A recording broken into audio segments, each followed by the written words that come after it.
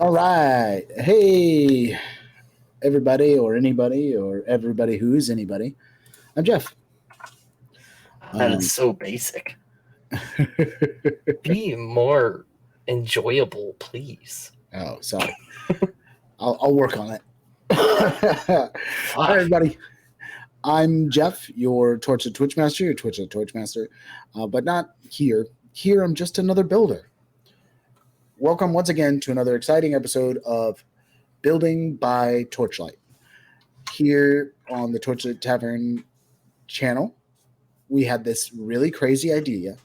Well, I had the idea that we could use a bunch of games, like tabletop role playing games, that are designed to help you build a world, to build a world, but not just do one of them, do as many of them as we thought we could. And just play the games, build the world, and eventually we'll run a game in that world.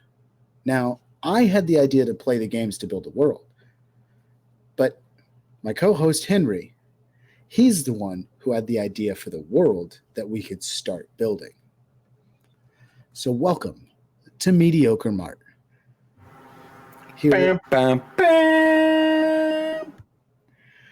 here on Building by Torchlight, we are building a giant, an endless, not even giant, an endless department store. We're talking like a big Walmart. And the departments are crazy.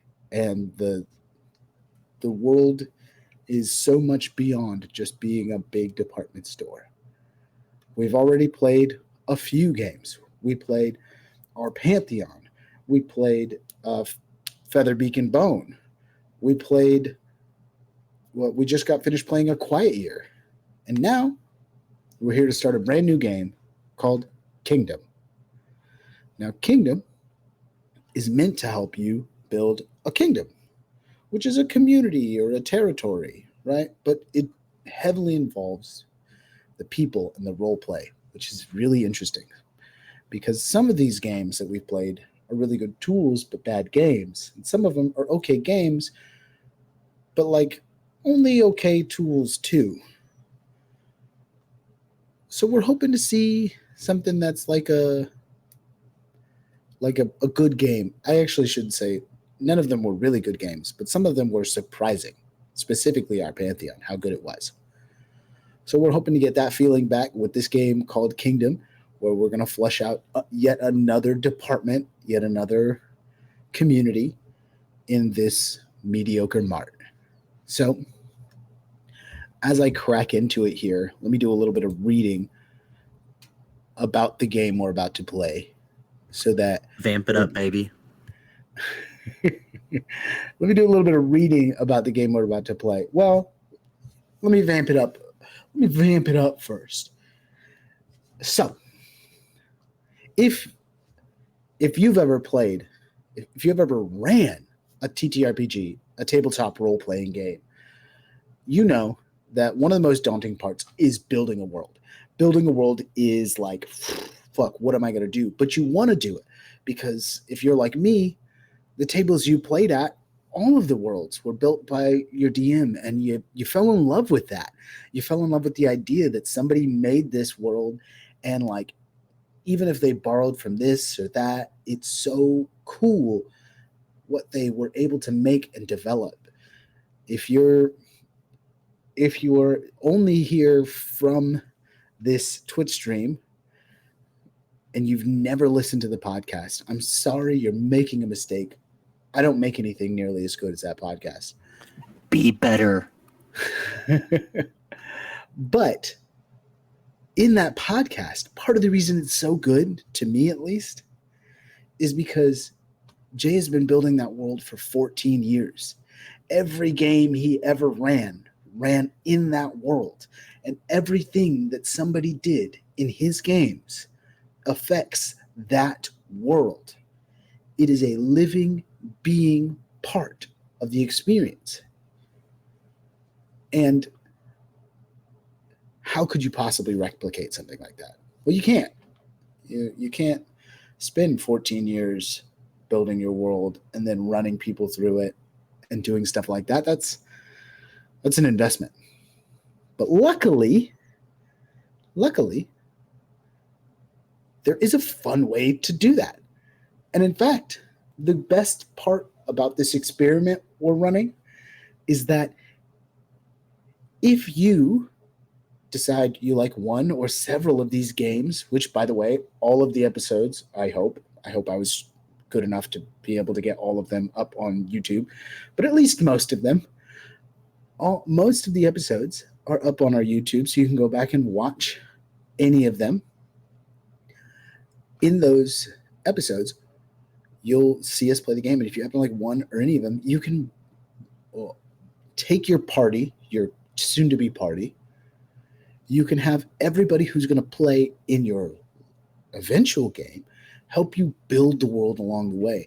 And in that way, they can help establish the stakes of the situation. They can help be invested in what's going to happen because they were there during its inception. And I think that is one of those things that really helps with overall immersion. I don't know about you. I know about me. And I can tell you that for me, in any type of game I'm playing, immersion is a big thing for me. Feeling like I'm a part of that world. I'm this character, whoever it is. That's me. And if you don't have that, it's easy to divest yourself from it and just be like, I don't really care about this because I don't really care about this because I don't really feel like I'm in it. So if you're a really good DM, or if you want to be a really good DM, you try to make sure all your players feel like they're a part. You try to sow their stories of their characters into the world, and you try to give them pieces of the world you made so that they too can feel like, all right, cool. I already know this, this, and this. I feel like I've lived here. I've been here. I understand things already. You were a part of its inauguration. Yes. And by playing some of these games before with your players, it makes it easier because as a DM coming up with all that bullshit to like help people feel like they're a part of the world, fuck. I'm just kidding. It's fun. But No, it's not. it can be daunting. It is a little fun. But it can be, like I said, daunting, time consuming. But now that I'm back on the horn, I just want to roll back the wheel a little bit to the podcast. Jeff was not mistaken. They put a lot of work into that podcast. Let me tell you, I am not a part of it. I have nothing to do with it. So this is not me getting my rocks off by any means. They are constantly working on it, seeking advice, like everything that they can do to produce higher quality content for everybody. Like, I know I'm a little behind on the podcast, but I am constantly, as I'm binging it, because I like to binge. So once I reach current, you're dead to me for a little while. So I'm a little behind, but I'm back on my binge. And I will tell you, I am constantly calling Jeff to say, hey, this was sick, or hey, this was shit. Sometimes maybe good, sometimes maybe shit. But I'm constantly calling him, and he loves every bit of feedback that he can get. And so if you guys have the Torchlit socials and you are listening but not speaking up, you're muted if you're talking. Okay. So if you guys have the socials, you are more than welcome to spit advice, spit your feedback, get involved. They love the feedback. They want to hear it. They want to produce content that is enjoyable for everybody. So make your voice heard. There's Discord, there's Patreon, there's Ko-Fi, there's obviously a Twitch, there's a Facebook, I believe. Any platform you can think of, aside from an OnlyFans, which I promise you we're working on. working on it. I'm working on it. I'm trying to get my OnlyFans body. I'm doing it. We've also got the YouTube where we put up Yes. put up a bunch of our stuff. We've even got a website. Go visit our website, torchlittavern.com. And from the Ooh, website, that's new to me. I didn't know that. yeah, we've had the website. You can go visit our website, torchlittavern.com. You know, Jay put a lot of work into it. And once you're there, if you don't want to go through all the social media or whatever, you can leave us a message there. You can email us directly. We are fucking working ourselves to the bone. This website ain't half bad. It looks solid. Ooh, it's even got movie stuff. Oh, it's got a kissing booth. Oh, I love it. Yeah. Oh, there's even a map. There's a map. There's a map of Shar, which is the continent we're on. And there's so much to be known. So much, and all the podcasts are linked there. Yes. Oh, not all of them. Not all of them, but yeah, but it'll link you decent to amount. where you can find our podcast. Yeah, which is everywhere. Yes. So go check us out. Gallery. Hold on, I'm adventuring. Our stream can wait. There's fan art that is actually dope. We have some fun fan art, yeah. Dude. Dude. There's a dead fish boy in a bucket. He's not dead. He's just passed out. It's from one of the early episodes. Oh, okay. Yeah. Yeah. Dude. We got it all there, dude. So, you know. This is cool. You guys got a lot going on here. We're trying. We're trying to make something that's good enough to share with all of you. And we've been sharing it for the last 6 years this year. 6 years. We've been making this podcast, and we've been taking every opportunity to grow along the way, whether that's in our technology. In our technology. I can't. Where's the phone? Here we go. Incoming critique. See, I told you guys, I critique them all the time. Yep. The About Me section or About Us section, y'all need to fucking buff that. Buffett? Buffett how? Yeah. Jimmy Buffett? Yes, Jimmy Buffett. No, add more to it. All it says is Jeff is a musician and budding voice actor. Sure. What more do you need to know? What can you tell people about you? Where are you from? What do you like to do? How long are the walks on the beach that you like? Come on now. Okay. Tell me more. Tell me more. Did you get very far? On the little bit walk of on the Greece. beach. You'd be A little bit of Grease throwback. Anyone? No? Just me? All right, I'll see myself out. So yeah, if you've got the time, we'd appreciate you going and checking our stuff out. Like I say, we are really, truly, constantly working on trying to provide a better product there. And I'm not going to lie to you. I'm trying to provide a better product here too, and I hope that's coming through. But we're growing as a brand and as a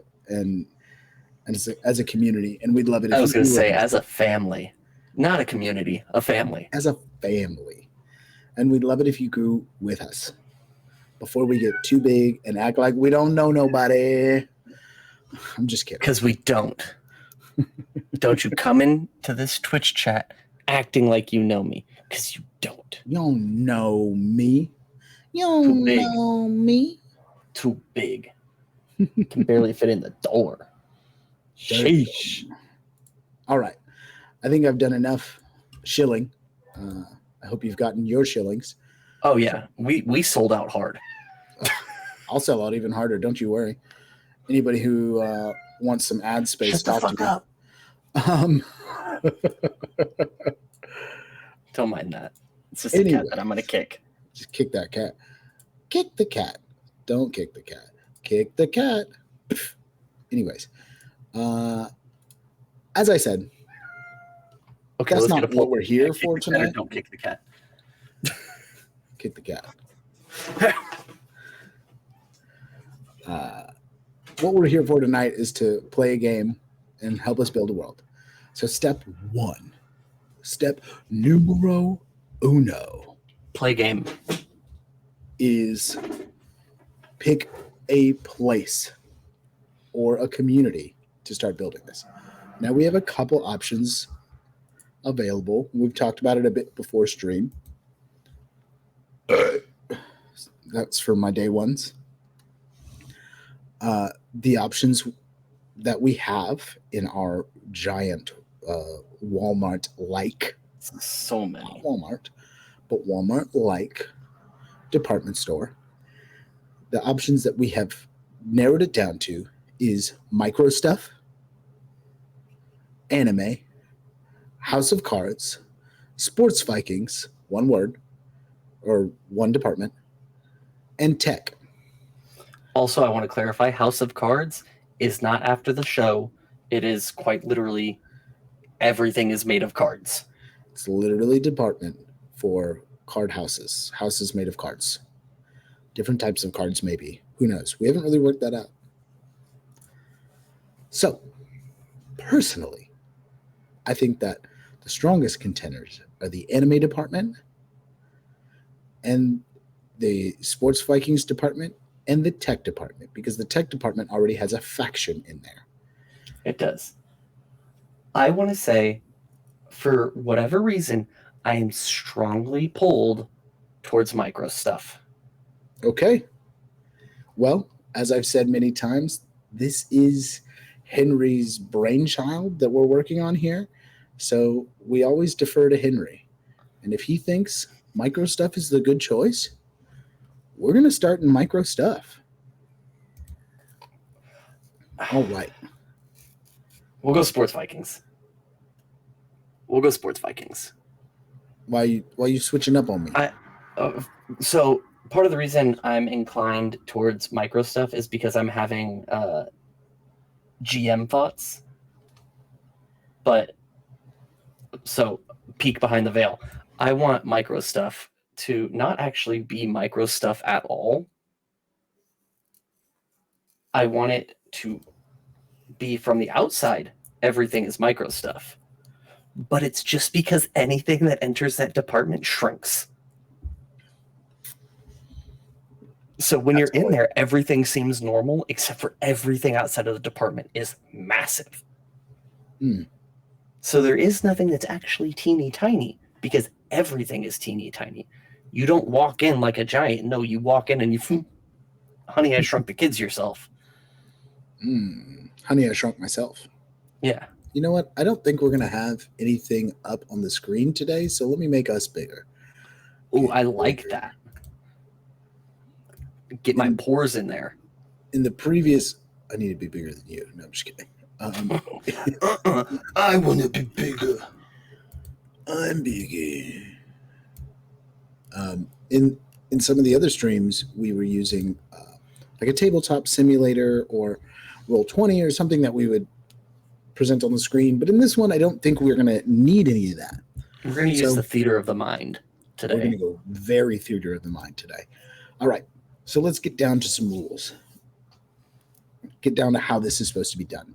The brass tacks, if you will. So Sports Vikings is what you've decided on? Yeah, we'll do Sports Vikings. Okay. So go ahead and change that. Yeah, I'm already working on it. All right.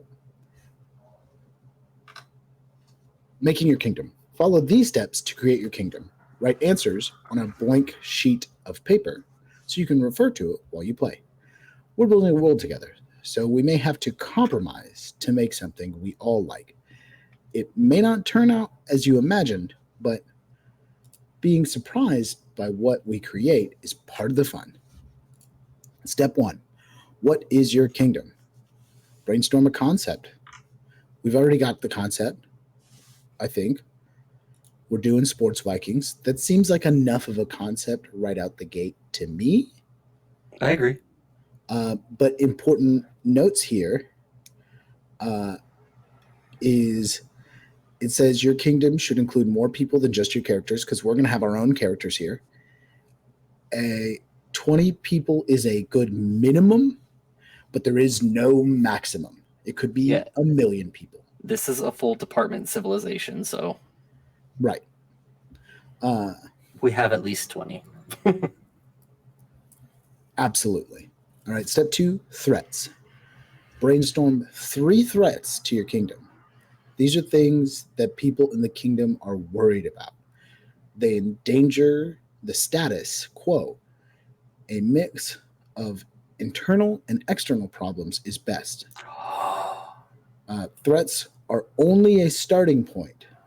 They get everyone on the same page about what the kingdom is concerned about when the game begins, and they can give you ideas for trouble to introduce during play.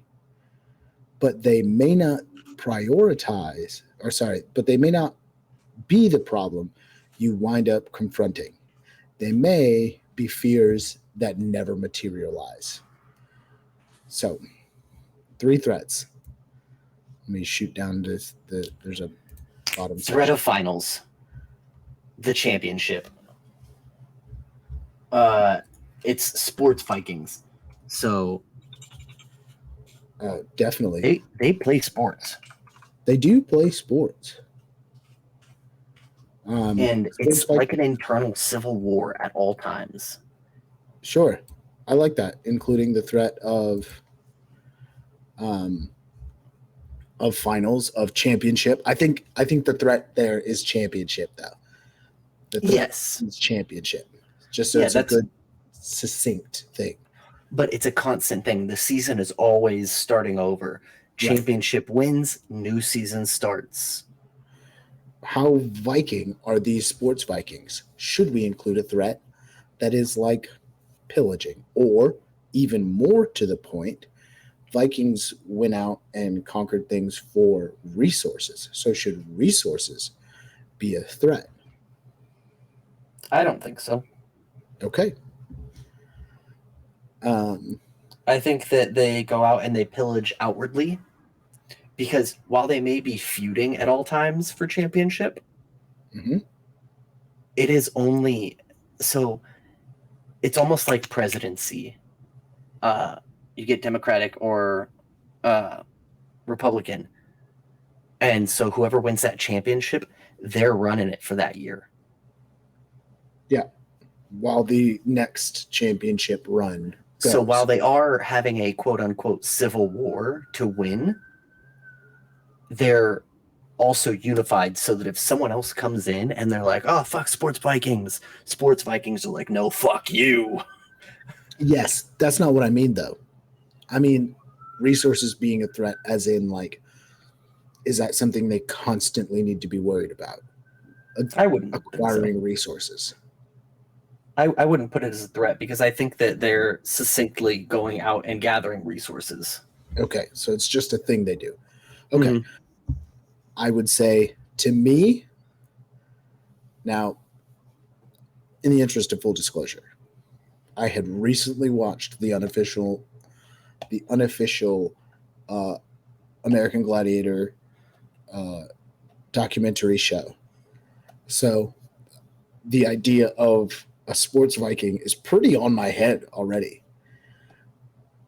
And one of the things that was big that came up there, that comes up in any version of sports, is injury, right? Injury and being benched or being fired. Now, obviously, in a community, maybe you can't get fired, but you could get taken off the team, maybe even indefinitely.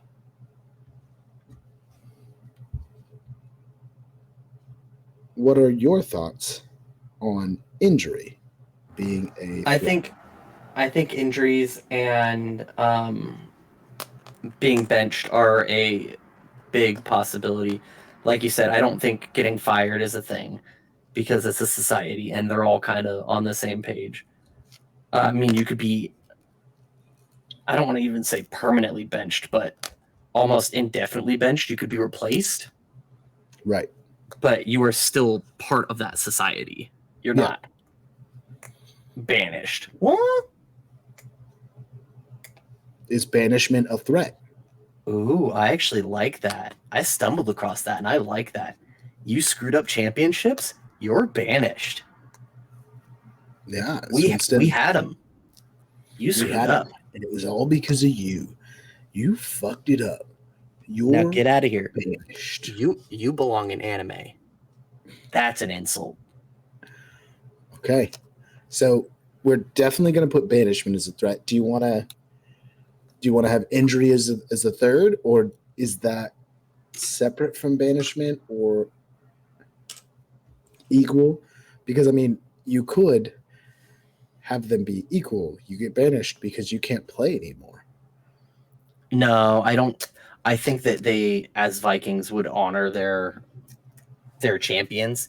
So just because Wayne Gretzky got too old and can't play doesn't mean that they're not like, yo, Sure, Wayne he's a Hall Gretzky of was the Famer. best. Yeah. Yeah. So Hall I don't of think Fame, a Valhalla of Fame, Valhalla of Fame, Valhalla of Fame. Say that fucking 5 times fast. Valhalla of Fame, Valhalla of Fame, Valhalla of Fame, Valhalla of Fame, Valhalla of Fame. Nice. Got That could be a lot of fun. Hold that on your head. So then it will be injury. It'll be championship, and it'll be banishment. Those are the 3 threats. That's for the champions. Those would be the 3 threats as we've decided right now. Correct? Yeah. Okay. Wait, 1 second. Okay. 1 You second. go too fast for me. We got it. We got it.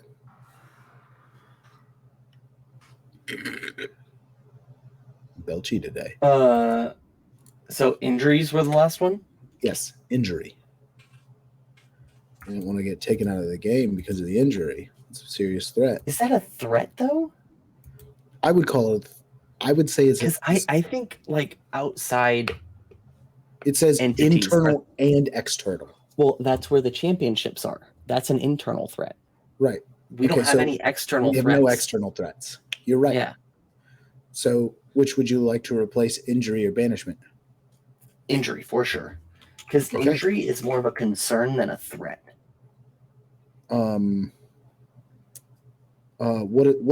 There's a word in sports for somebody who comes in that's way above everybody else for some reason. Sandbagging? No. It's like you call in The like ringer? a pinch hitter. Ringer. Could ringers be an outside threat? No. To be fair, it makes sense if they're not, because if we're talking about comparing it to Viking culture, anybody could be a Viking. Yeah, I was going to say, I don't think that they care. Like, if you come in and you're welcomed into the society, that's it. Yeah. And you're not going to get in the championships if you're not welcomed. Fair. And if you get into the championships, you'll be welcomed. So, yeah, they go hand in hand. Let me see. Outside threat. an external threat. Now, it's not something that has to be important. It could be something that never comes up. It could be something wild, like theft of the championship, right? Or championship belt, or whatever it is, theft of the trophy. It could be an outside threat is mascots for some reason. Who knows? It could be anything that we agree could be a threat, but like it says, a fear that may never materialize.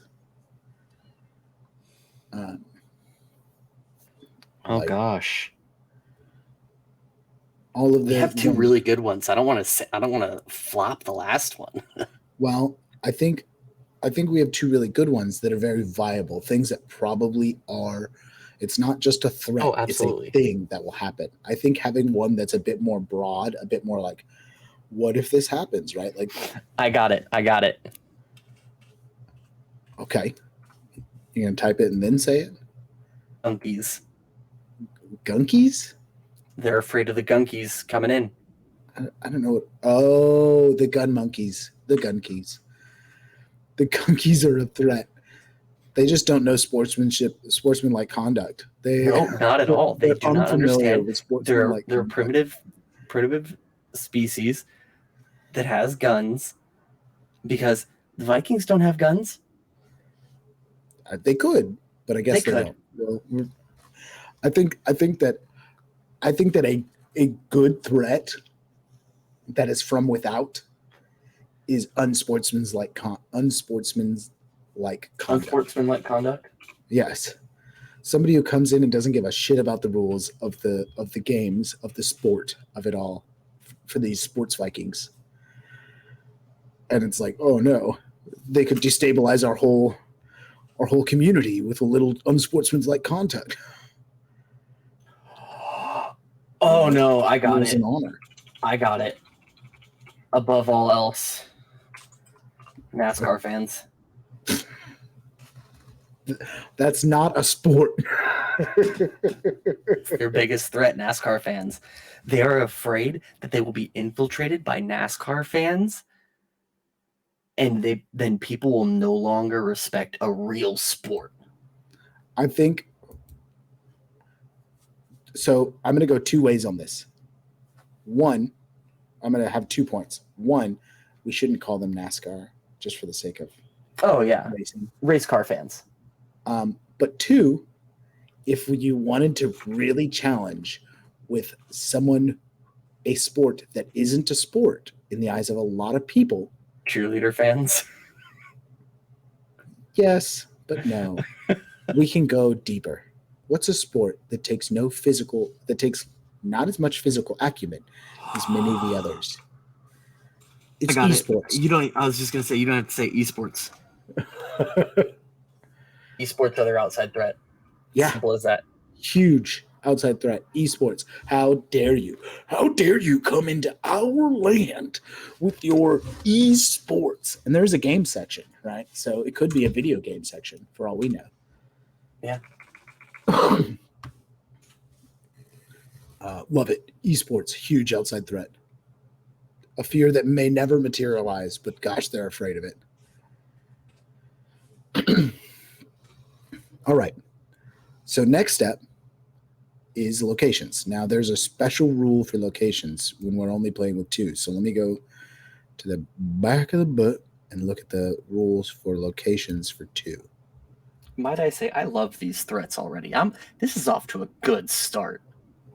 Already off to a good start. I love feel it. good in my pantaloons. Good in the pants. All right. So for locations, because we're only playing with two people, it advises that each of us make 3 locations. Now let me go back up to reading exactly what the locations are and how we're going to do that.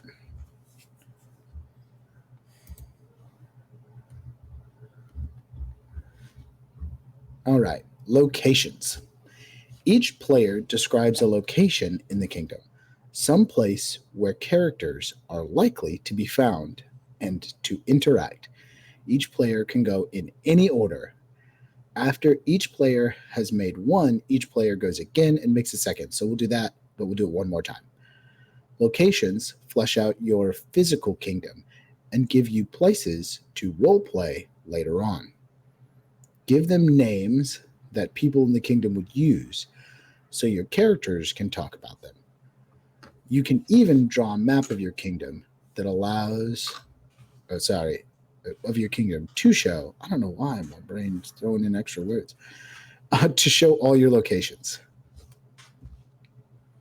So I think you should go first here. I'm gonna cheat a little bit, and I'm gonna do 2, only because one already exists. Valhalla of Fame, obviously. Oh yeah, we already came up with the Valhalla of Fame. Yeah. And the Pit of Victory. Pit of Victory. All right. Which is the final Colosseum, or should it be the Pit of Glory? Pit of Glory. Pit of Glory.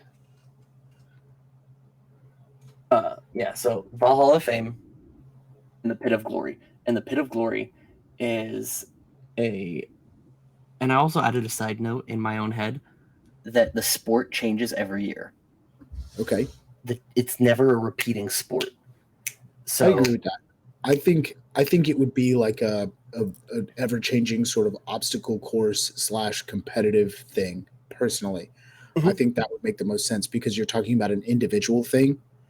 So there would probably be some team stuff, but it has to come down to something where it's like one guy versus one guy, right? Like, because that's how you get a champion. The champion is the king. Oh no, I was talking about like a full season. So like this year is football, and then next year is hockey. So the arena itself changes every year, not throughout the year, just once a year.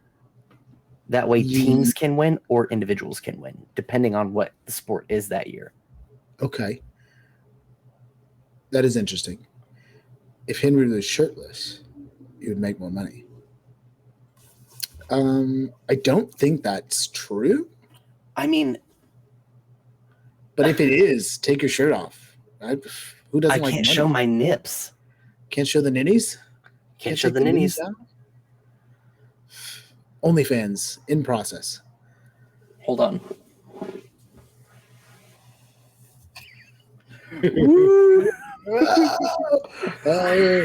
Censored ninnies. We can't see the ninnies, but they're there. Okay, there better be donos in the chat now. Drop them donos now. He took his shirt most of the way off. I showed my ninnies. We need money. Yeah, I'm gonna jump in quick here and say that for me, it's my location is the bench. Oh no. And the bench is definitely the infirmary. If you get benched, no, I was gonna say even better. The bench is the jailhouse. Oh yeah. The bench is if you can't play for whatever reason, it's both. It's an infirmary and a jailhouse. If you get thrown out of the game for unsportsmanlike conduct, you end up in the bench. Or if you're too hurt to play, you're going to the bench. I don't know how to spell infirmary. It's okay. It knows how to spell it. So. We both did it at the same time. Infirmary. That's good. Okay, so you went, I went. We have an extra. Do you want to just keep the extra and have 6, or do you want to, and have 7, or do you want to have 6? One moment. Oh, thank you, Tony, for the sub. The ninnies were worth it. The ninnies were worth it the whole time. The ninnies were always worth it. Do it. You're allowed to show nips now. Rules changed. I don't think that's true. Oh, well. Hold on. It's a quick Google away. It's a quick Google away. Let's get this Michael Google going. I want to find out if I can show my nips. If so, we're getting Mitch on here because Mitch loves showing his nipples. Loves being shirtless. He's a big fan. Cleavage is unrestricted as long as these coverage requirements are met. There's just one exception to the rule. Breastfeeding is allowed on Twitch streams. So yes, those who are present Let me show off my cleavage. as men are allowed to show nipples live on camera. Oh, men can. Listen, But that's sexist.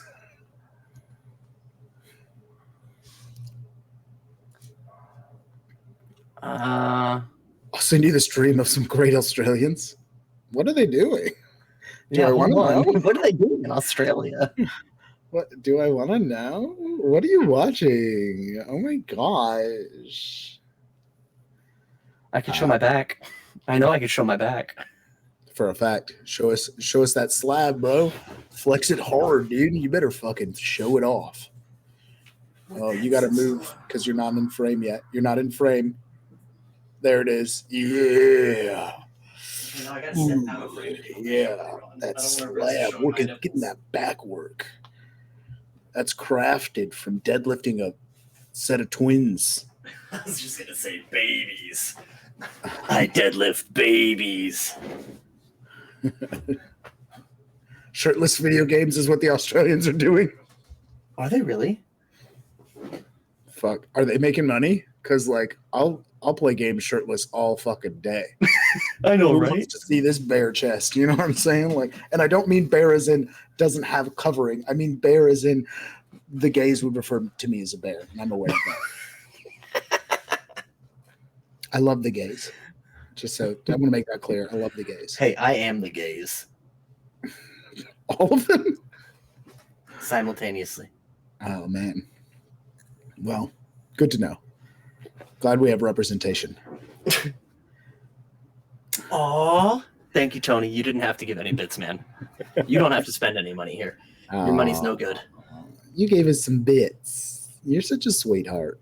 He gave us some biddies for my biddies. Oh, some biddies for the biddies. Some itty bitty bits.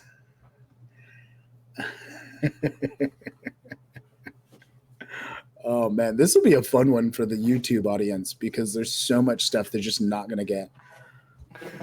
Should have been here on the stream.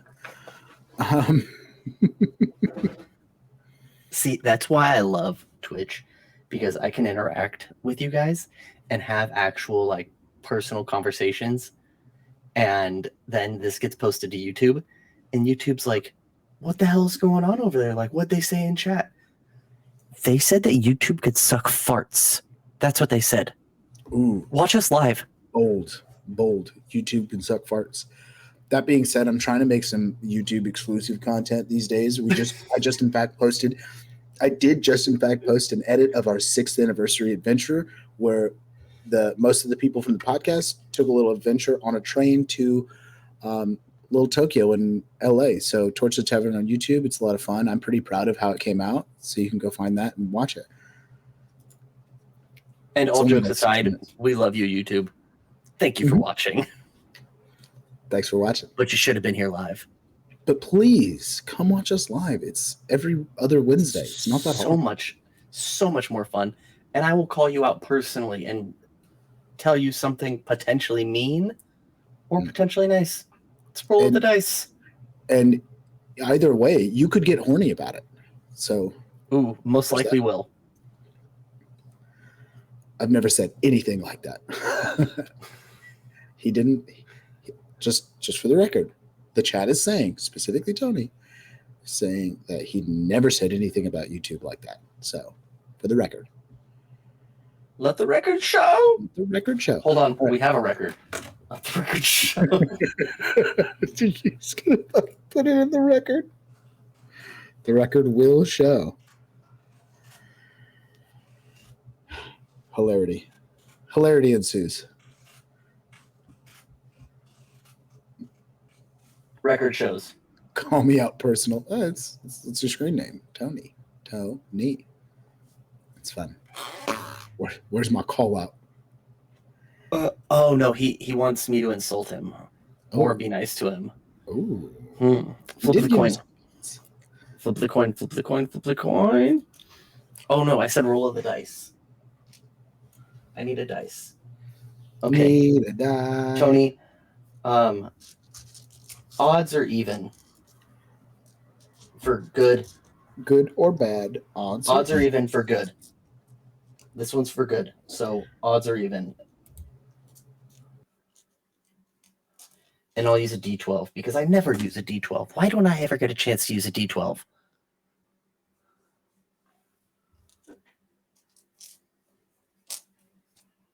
This is specifically for you, Tony.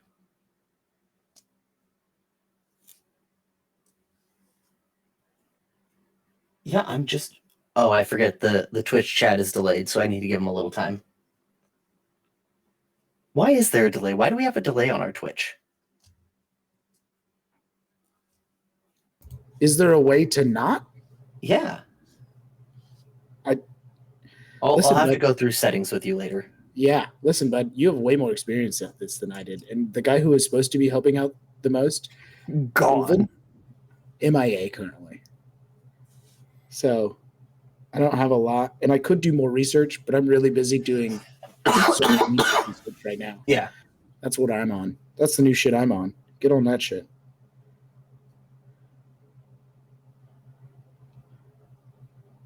Yeah, I think it's like a solid minute delay, if I'm not mistaken. I don't know if it's a whole minute, but I do know it's a delay. Fuck. All right, Henry said he'd call out live people, and I'm here waiting. I'm here. I want my thing said about me. That was an interesting way to phrase that. But, he phrased it. So, Well, it's just missing the punctuation. mhm. Henry said he'd call me out live. People, I'm here. I want my thing said about me. Mm. It makes perfect sense if you, It makes if you sense if use you punctuate it that way. punctuation. But if you're adding your own punctuation to any sentence, it could say anything. People said what he. Wait, what? That wasn't even in the same order, Jeff. Exactly. I made my own punctuation. That's nothing. I was gonna say that's new punctuation. That doesn't exist. DRL'd it into something weird. Okay, he's not speaking up for odds or evens. I need a shirt. Fuck, I need to make a Let's Get Weird I'll, shirt. I'll roll ahead of time. Buy one. I'm sure they exist. Okay, I'll roll ahead of time. I know what I rolled. Yeah, So we'll get back to that. We're way off track. Let's get back to this game. So, are we going to make 7 locations because we kind of made one already? Just pick odds or evens. It'll decide if I'm going to say something nice or something mean. I We can already either rolled make the dice. 7 locations because we made one together already, or we can make 6 and have yours count as 2 already. We'll do 7. Why not? 7 it is. Okay, All right. so You have did the bench. Pit of Glory. I have Pit of I did the Glory. bench. Let me think.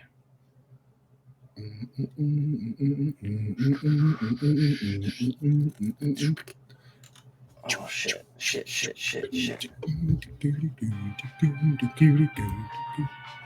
There it is.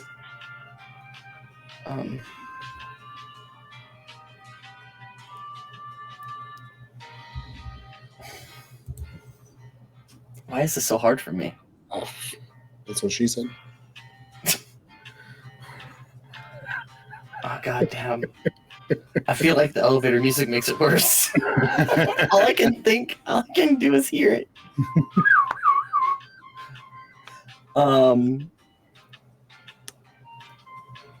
It's in my fucking head.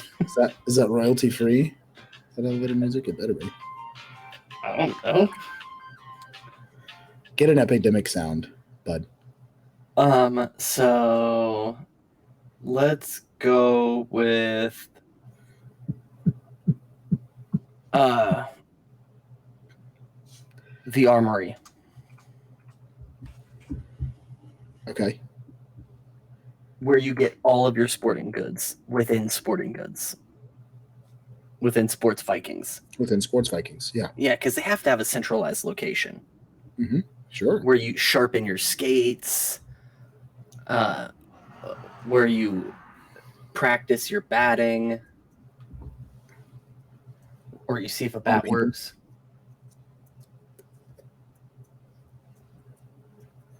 Fair enough, Tony. Fair enough. That's a very interesting. Fair enough, Tony. What Fair enough. the fuck? Chiggity, check yourself, homie. It turned itself up like a fucking ghost was in my machine. Okay, so Tony, odd or even will decide if I'm going to say something nice or something mean. Pick odd or pick even.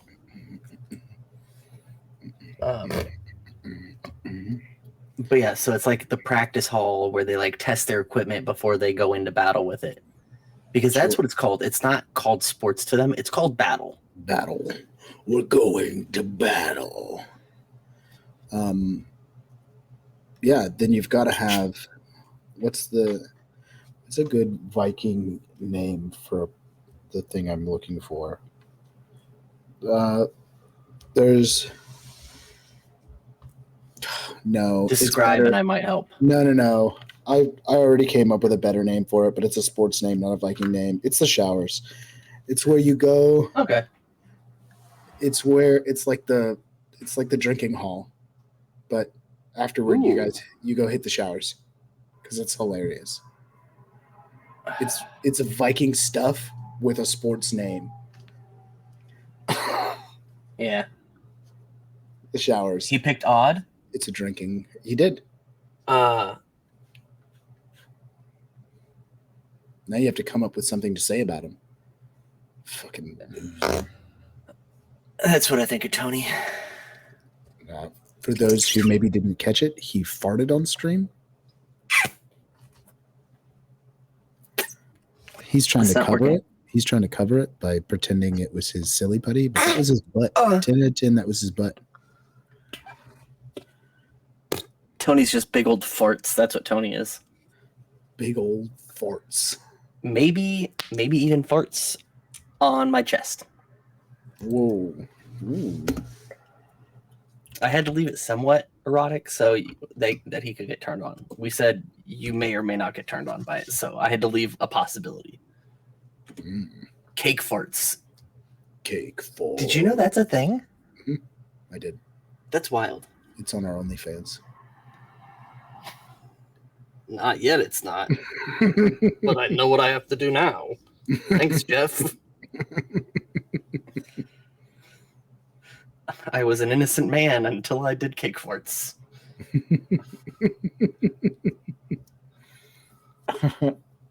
All right, I made one. It's your turn, Buckaroo, Bucky Oh, Boy, yeah. Winter Soldier. He has butt emojis. But emojis. So, not there. Your cursor trips me out. I always think I'm you. No, you're you. I'm me. Yeah. Let me. Butt farts on your butt.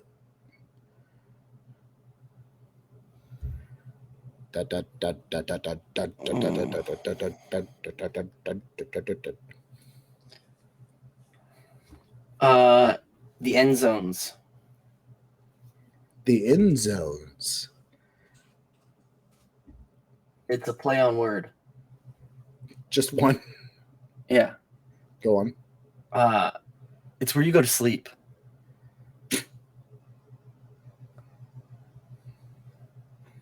Okay. The two teams have their own buildings. Those are their end zones. I mean, is there only two teams? That's all stuff that's got to be worked out more. Competing at a time, yeah. It's only two. It's only two. A championship of anything usually has more than two. Okay, yes. So then it's the team's barracks, whatever team barracks. Okay. So that's your third one, which means I need one more. The showers is good. The drinking hall, I like that. The bench, that was great. Good work, me. Self 5. Yeah. I need to deliver Yours this. are far more clever. Yeah. I will take credit for Valhalla fame, though. Yes. Sure. Let's see. Okay.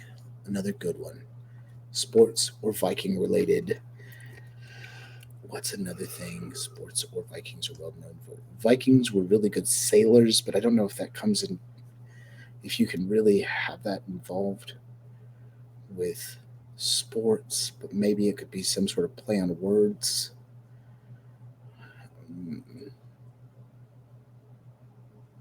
What were Viking ships called? They were longboats? Mm-hmm. Long ships.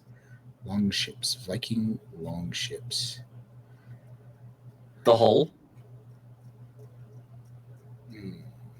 Something called the Hull. Something called the Hull could be interesting. It's a good name. But the Hull's not good. Not as Viking appropriate. Instead, you might say the prow. Now, if you were to say the prow, which is slightly more Viking appropriate, now we're getting into something interesting, because the prow could be the seat in which the Viking leader sits. He sits on the sports Viking leader sits on the prow. What is the prow? The prow is the, head of the ship. The bow? No, prow. Prow is the name. Google it. Google it right fucking now. I believe you. I was just making sure. Yeah, prow. But I will Google it because I'm curious. Haven't you heard that Viking song that references the prow? One day you'll be a good Viking man and on prows something. Fuck, how's that go? Okay, so we're saying the same thing, but that is specifically the portion of a ship's bow above water. Yes. So it's the headpiece, essentially. Hmm. And where Vikings were known to stand on the prow. Like I said, it's in an old Viking song. Literally, the prow. Like I said, I believe you. Yeah. I just wanted to look. Yeah, look away, bud. Look away. Yep. So the prow is the throne. Prow. Oh gosh, capitalizing crazy.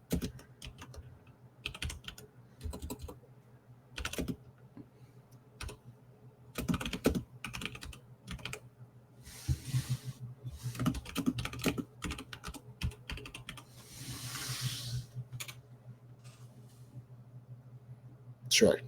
All right. So we've got our 7 locations, correct?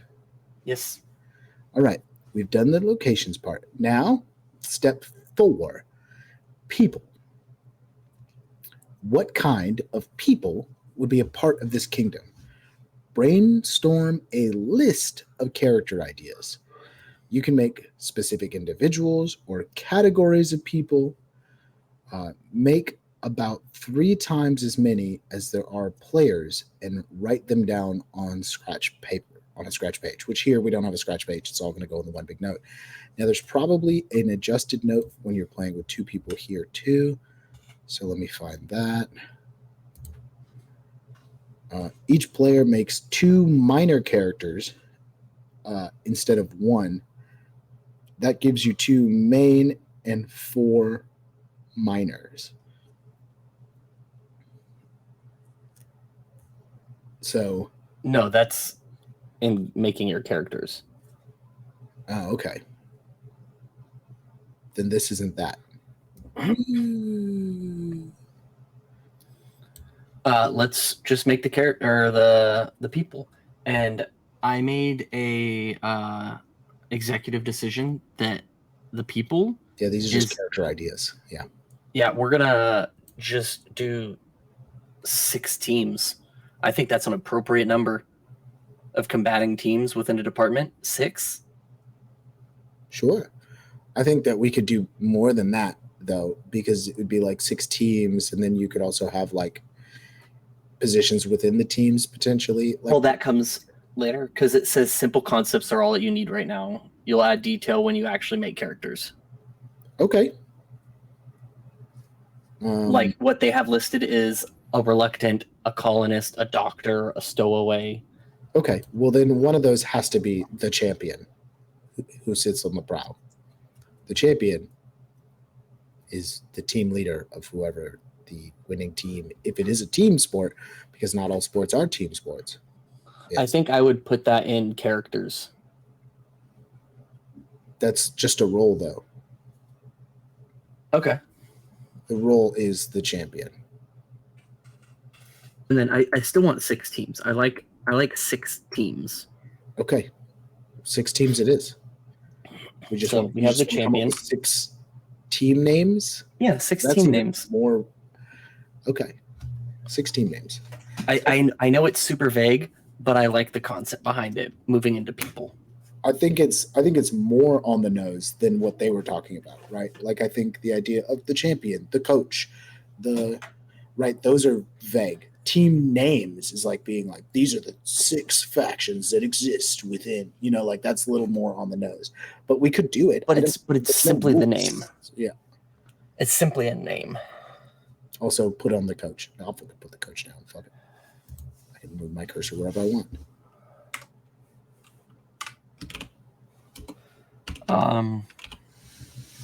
Because that's also a great role, coach. Yeah. One more.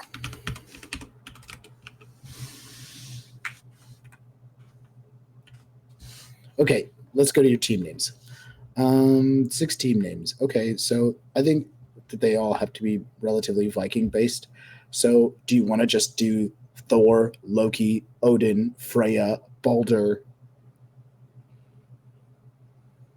No. I think that's too on the nose. Maybe even throw in some mythology. Like Sure. mythological creatures. Jormungandr, Fenrir, those make a lot more sense. Those are even animals. We could choose all Ooh, Norse mythological animals. Mjolnir. Mjolnir's a hammer, but sure. Yes, no, I know. And that's also not even close to how you spell it. I know. I'm aware. Don't get It's me okay. wrong. They are very hard to spell because it's a language we do not really understand that well. Even now, hilariously. Yeah. Mjolnir. Yeah. That was in autocorrect, I'll have you know. They knew what the fuck I was saying. Yeah, of course.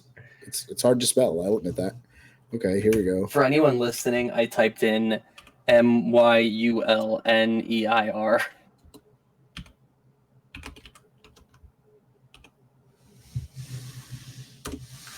Jormungandr. Jormungandr. And then because I like the idea concept behind it, I know I wasn't doing all gods, but I do like the idea of Loki. Okay, well, I'm going to keep going with weird animals, and I don't know Norse mythology like you do. I do. Fuck. I got you. It's too late. I've already moved. But you haven't.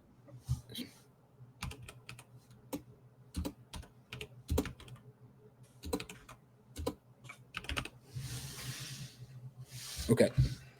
So yeah, I have 1, 2, 3, 4. Jormungandr and Fenrir.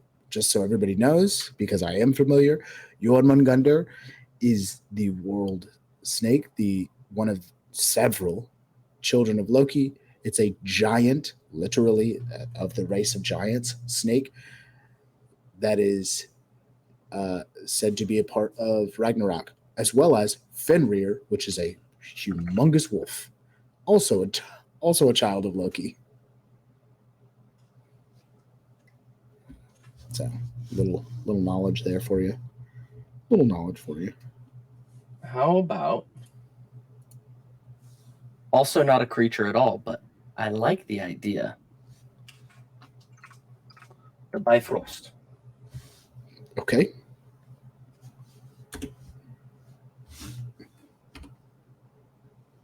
Then I'm going to keep the animals going with Hugin, which is one of 2 ravens that Odin has. I'm getting rid of Bifrost and I'm changing it to Hofund, which is the sword for the Bifrost. Mm. So Loki is Loki's. yeah.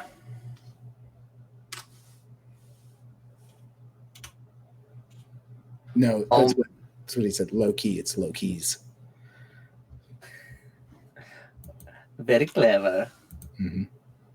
Clever girl. Have we gotten 6? Hold on. 1, 2. Yeah, 3, we're at 6. 4, 5, 6. Okay. Hugin. I have It's to either- move this I actually want up to here. run this by you. Odin has 2 ravens. Which name do you like better? Hugin or Ooh. Munin? Hugin or what? Munin. Hugin. Okay. Even though it just says Huggin. Yeah, Huggin. that's how it's spelled.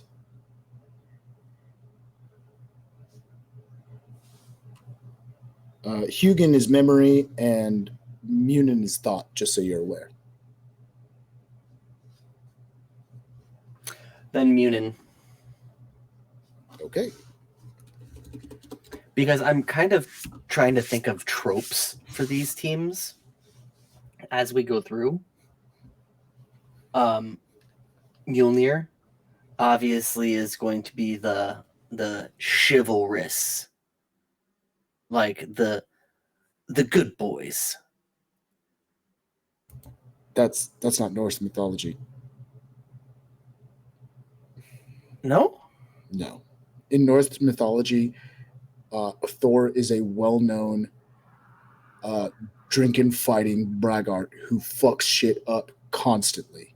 Oh, And I like as that in, even like, better. I don't mean fuck shit up as in he's like, oh no, you've messed this up. I mean, he's a warrior and he kills things. In the mythology, he's well known for killing all of the giants. And just like he's a murderer. He is a drunken thug in the mythology most of the time. I like that even better, and I'm going to add them next to it so we can kind of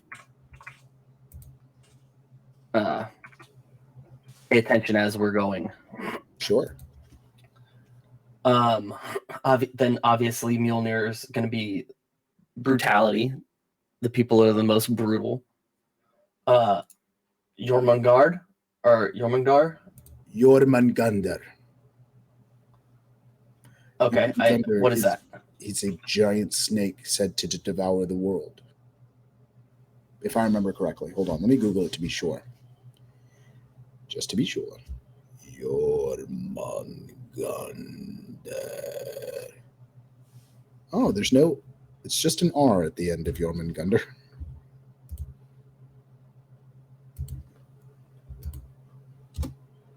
There. Jormungandr, known as the Midgard serpent or the world serpent, is an unfathomably large sea serpent or worm who dwells in the world sea, encircling the earth, biting his own tail. Oh, okay. So it's the He's I like don't an know what it's Ouroboros. Yes. yeah, Ouroboros. Mhm.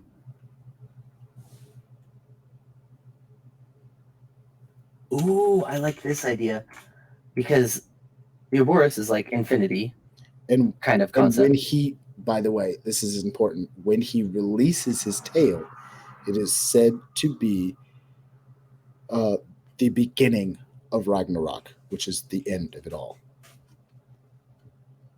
It's the end of the world. So since it's never ending, I think of it almost as like infinitely youthful, but we can't have ageless Vikings. So they always have a new roster. They always have the youngest players. And then Fenrir, I don't know anything about Fenrir, so I'll wait for him to get back. For Munin, I'm gonna do the pure. They're gonna be the pure ones. Fenrir is supposed to be another big player in Ragnarok, but let me because I want to make sure I get this right. Okay, Fenrir was a fearsome giant wolf in Norse mythology. His father was the trickster god Loki. His mother was a giant. Seeing his threats, the gods conspired to imprison Fenrir.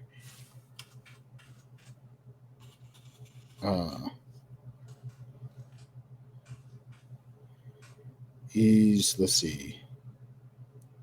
He's a monstrous wolf. Along with Hel and the world serpent, is a child of Loki. He is arrested, blah, blah, blah. Fenrir is the father of the wolves. Skoll and Hati, son of Loki, is foretold to kill the god Odin during the events of Ragnarok, but will in turn be killed. So Okay, so I put animalistic for them, yes, and as in like these guys actually will like sleep in packs. They are very animalistic in their nature. fair. And then Ofund, I did the smart ones. They're going to be the brainiacs. That seems wild because Munin represents thought. Yeah, they're concept constantly of thinking. thought. Yes, that's what I'm saying. Like they're constantly thinking. They're the smart ones. They're the intellects. That's not Munin. The raven represents the concept of thought. I don't know what Hofund doesn't ring a bell with me. So tell me more about what you know about Hofund. Oh, I meant to. You need to put those in reverse Yep. order? Yes. There we That's go. why I was confused with what you didn't get. I was like, what? Now you understand. Good note taking is important, people. It's midnight. Oh gosh. Well, Tony, I love you. I a want good to be night. Thor. Can I be recast? Yes, you can. Fenrir is a puppy. Have a good night. Thank you for joining us. Hofund is pure. Mm. The sword is pure. They're going to be the pure ones. The ones that always have like respect for the other team and that they don't speak foul. It's very honorable on their end.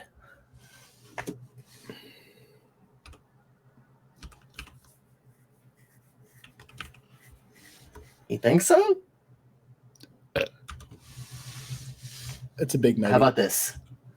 Because like it's I'll another see you potential role. and I'll fix it.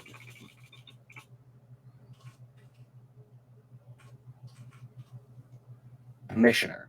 The one that runs it. Oh gosh, you know what we need? Oh yeah, Bruce Buffer. Definitely not what I put. Just so everybody knows, I didn't put Bruce Buffer. I mean, I already put announcer. you may as well have. I'd already put Bruce announcer. Buffer. Bruce Buffer's an announcer. What I had put was referee. Bruce Buffer, not a referee. To be clear, Bruce Buffer and Michael Buffer of the Buffer family are announcers. I don't think we can. He's too big. Say their catchphrases? No, they are in fact trademarked. Both of them. Wow. I believe it. That's why they each say their own thing. I believe it.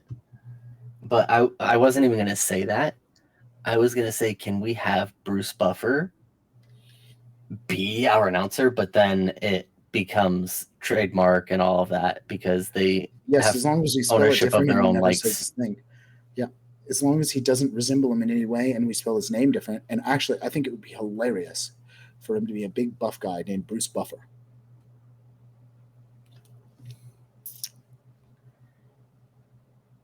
But that would be in character creation. So. And then he says, let's get ready to stumble. Because Michael the Buffer is Vikings the are one always that drunk. says- Michael Buffer's the one that says, let's get ready to rumble, but who cares?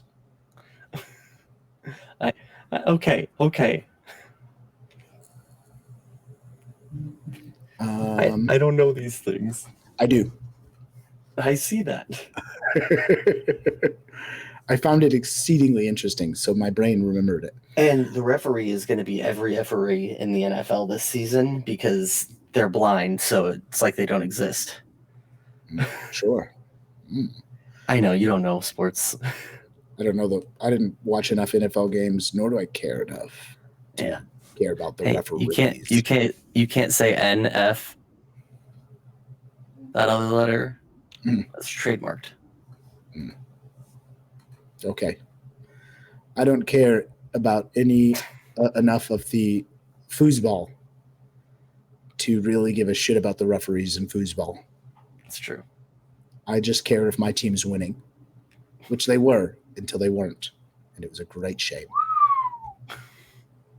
All the way to the finals again, all the way up into the fucking playoffs again. We just keep getting there and not making it. That's not the point. Moving on.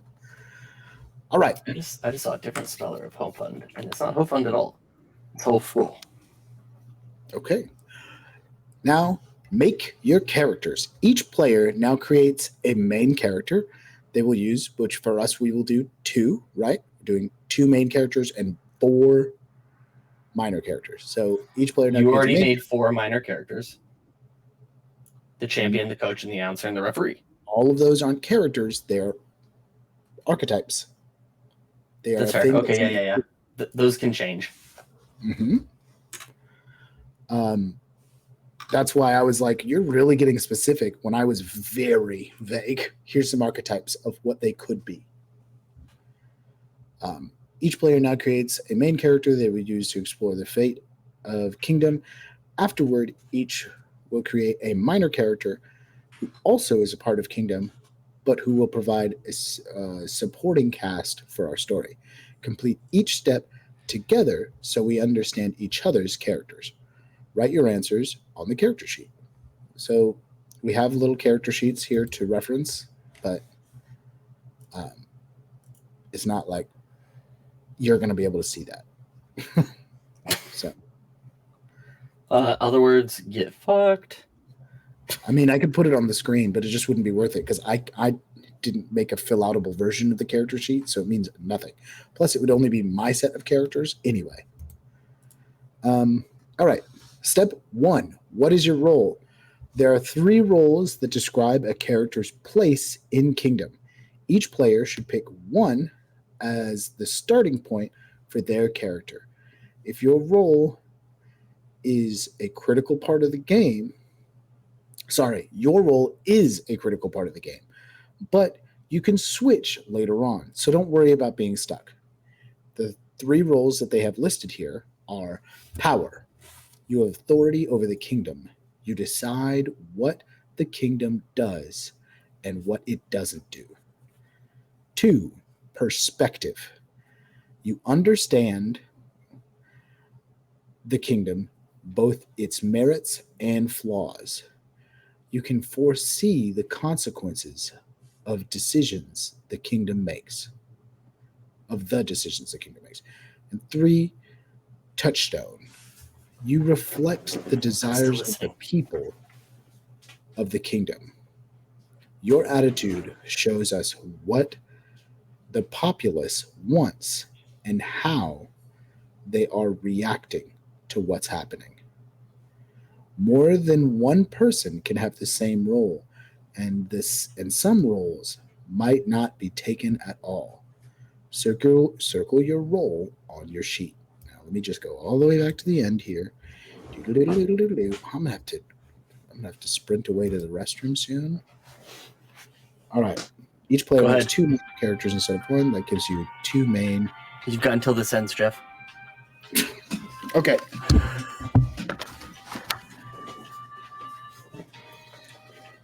Hello, everybody. Thank you for joining us on our late night stream. We're out here just vibing, chillaxing, maxing, chilling all cool. Thank you guys for stopping by. We're out here. We're having a good time. It's been a heck of a ride so far. I'm glad you guys are sticking with us, those of you that are sticking with us. We really enjoy your guys' feedback, so if you guys have a second, speak up at chat. Let us know what you're thinking. Well, that's it. No more announcer voice. I think I just heard a mad fart. Good God. Do you guys think he's okay? I hope so. That sounded dangerous. It sounded like it might have even drawn blood. Who knows? You didn't make it. But I did hear you rip a mean fart on your way back. You fucking fart canned me, you piece of junk. No, I didn't, actually. I didn't rip any farts. I would take credit for my farts. It sounded like there was a fart in the distance. I was like, oh God, is he okay? I'm Jeez. Fine. I gave him, hey, thank you for stopping by our podcast this evening. It was a pleasure to have you. I'm glad you guys are sticking with us. Love it. All right, so we're each going to make 1 main character, but 2 minor characters. We're on ad roll, by the way, if you care. Yeah. That was for you. I realized we were on ad roll.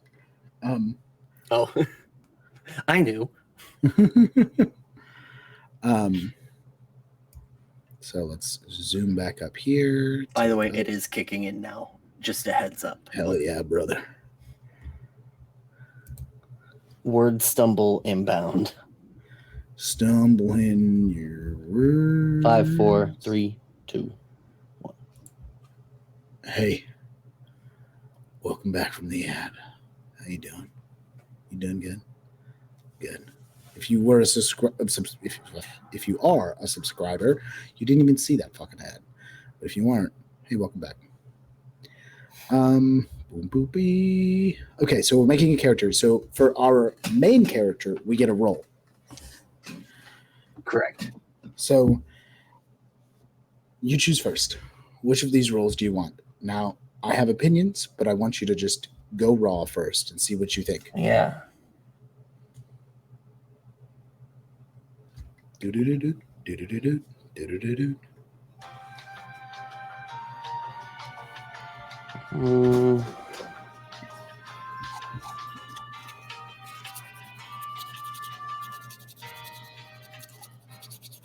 I think I'm gonna go with perspective. Wild choice. I think they're asleep. That's not what I asked. It's just two of you in it. Oh yeah, just the two of us tonight. Jay said he doesn't love us anymore. He doesn't love us. He said he was spending too much time with us. Yeah, he said he needed to go get milk. Yeah, I never came. He said he wanted to get a pack of cigarettes, and he hasn't come back yet. Did you just reword my joke? Yes. How dare you? How dare you? Just reword my joke like I didn't just say it. I reworded Piece of it, shit. and I used some skills called acting. Have you ever heard of it? No? You said you own Dune? What are you talking about? Yes, we own Dune right here. Okay, so I don't have to worry about watching it I- before it goes away. Correct. Perspective is what you chose. Okay. Yes. I would have thought that you would have gone power, as that gives you more of a higher position of control, since it's kind of your baby at the end of it. No. That's okay. I want to live in it a little bit. Okay. I think that This is giving me an opportunity to live in my world, Jeff. yeah. I'll take it. Yeah, fucking take it.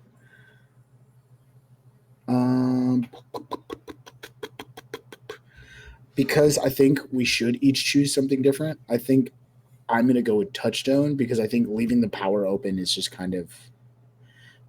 But it doesn't say you have to choose the power. But would it be You don't. better if one of us was? You have more influence over everything in a definitive way. Yeah, that's kind of what I'm leading to. Would it be better if one of us was, or do we just make Go power. I thought you were going to choose power.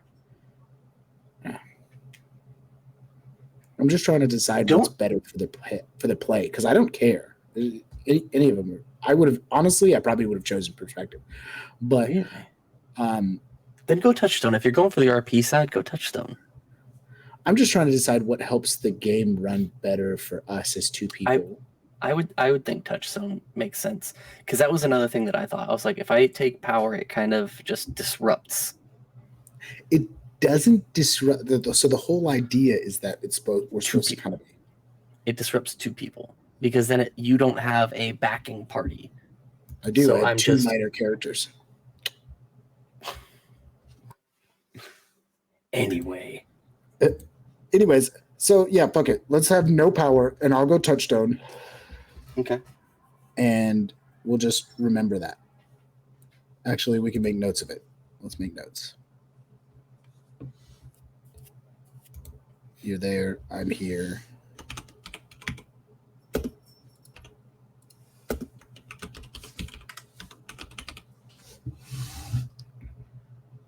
All right.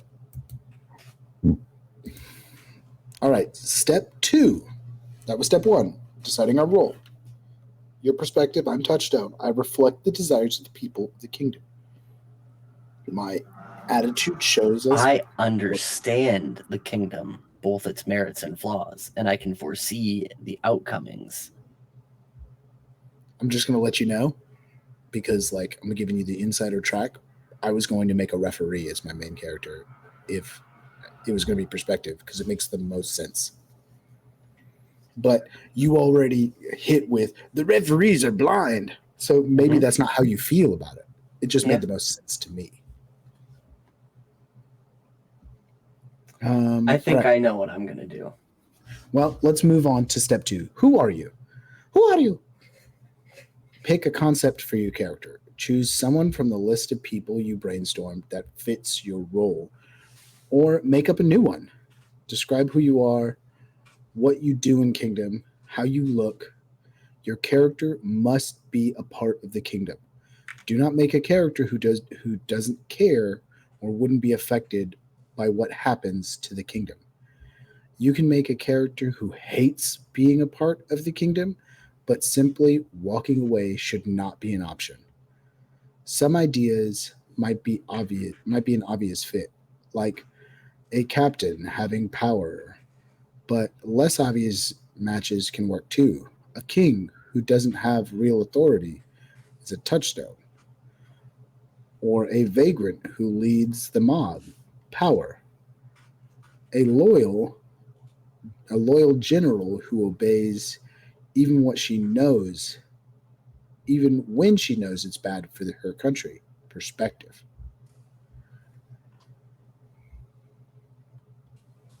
Do you All right, let's look at our stuff here. I was going to say, do you want to go first? But let's just look at the I'm going to shit. be a commissioner. Okay, How dare you assume I wasn't ready? fuck it. You're ready. Go. You got more to do here, bud. Oh, I thought we were just going to step by step each. Oh, okay. Is that the way you want to do it? Yeah. All right. Let's build them back and forth. Okay. You know what? I think I'm going to be a coach. Yeah. That makes the most I already sense. got you. Yeah. Cool. Yeah, I think being a coach makes the most sense for the touchstone angle. Okay. Okay, so we already got that step. We're on to the next. Yeah, we're under, who are you? This is all the one step. We're still in this. How? We already... Nope. Brainstorm that fits your role or make up a new one. Your character must be a part. Blah, blah, blah. It said... No, this is just choosing, like, commissioner, coach. That's all this step is. Or make a new one of that same kind of thing. No. You're thinking of Describe... bonds. Hold on. It says right here, describe who you are, what you do in the kingdom, how you look, etc. This is fleshing them out. The next step is locations and bonds. So flesh out these characters. Okay. Commissioner. Stout.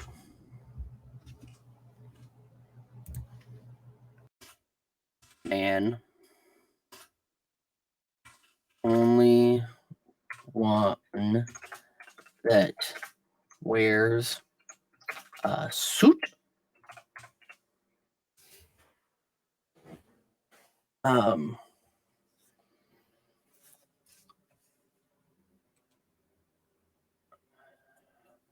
That's what he looks like.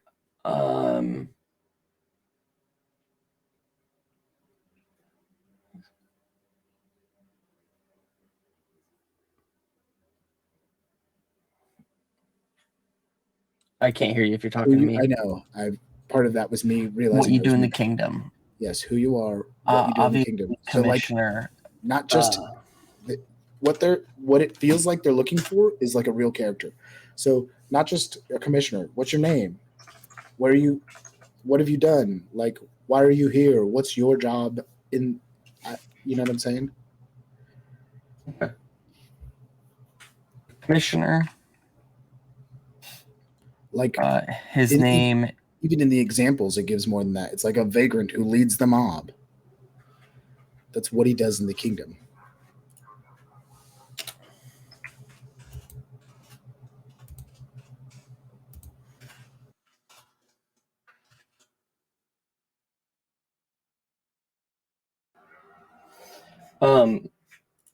Yeah, I was halfway through that last thing that I typed in. The runs whatever sport is active that season. When I went to go back for a name. Okay. Yeah. All right. Hudson. Hudson, like the hawk. Just Hudson. No last name. No nothing. Hudson. Runs whatever sport is active that season.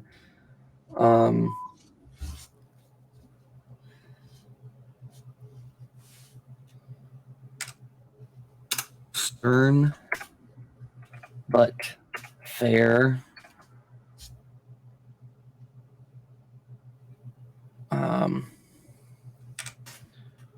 Most respected aside from the champion.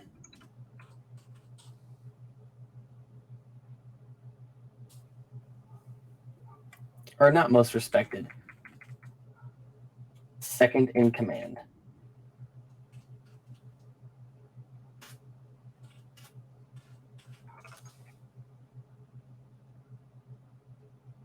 Next two.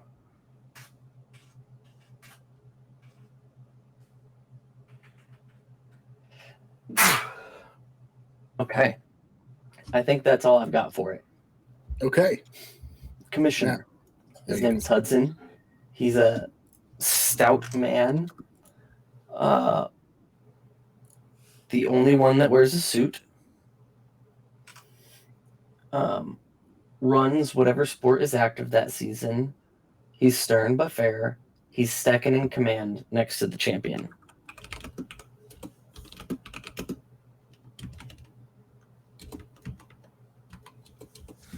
And since you guys can't see our screens, Jeff is a touchstone coach, a member of the Valhalla or the Valhalla of Fame. See, I did the Valhalla Fame. Valhalla Fame. Oh.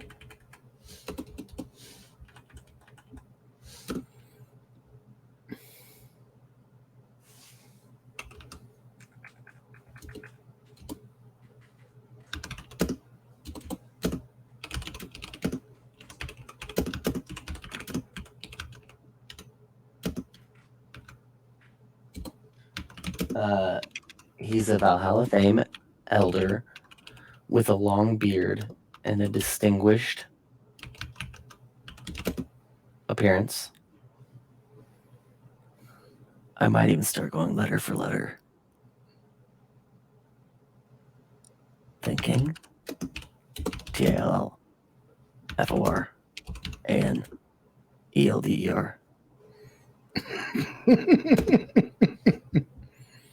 God, watching these Miss Rachel shows with my kids is paying off. I can read, damn it.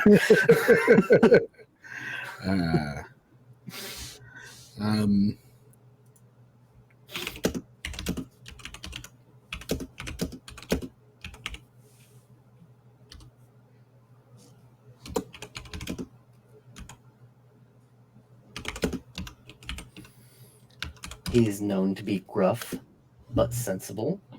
Ooh, very similar, very similar. I like it.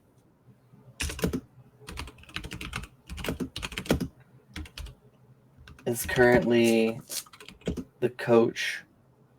Ooh, who's he going to be the coach for?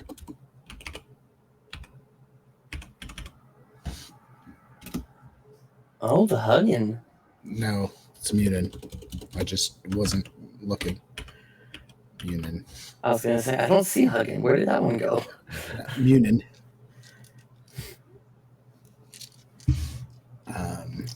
Ooh, I like that's interesting choice for a team for him. I like it.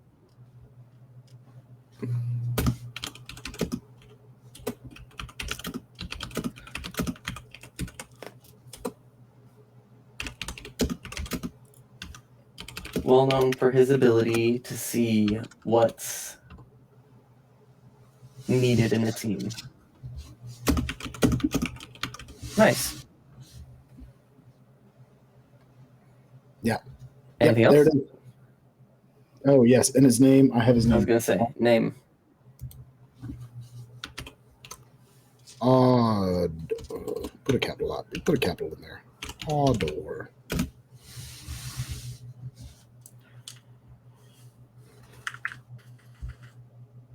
All right. There we go. Okay, what is the next step? Location. Where are we from? Look at the list of locations and pick 2 places where your character would be found. Say what you do in these locations or why you picked them. You are telling the other players that these are good places to have a scene with your character. It makes sense for the hospital director to be in his office, to be in her office. But the player chooses the cafeteria because that feels like a more interesting place to have encounters with other characters. She's usually at a side table by herself, hunkered over a stack of paperwork and not welcoming distraction. So, out of our locations, where would the commissioner be found? He obviously wouldn't be found in the end zones. He might be found. Obviously, he's going to be in the pit of glory.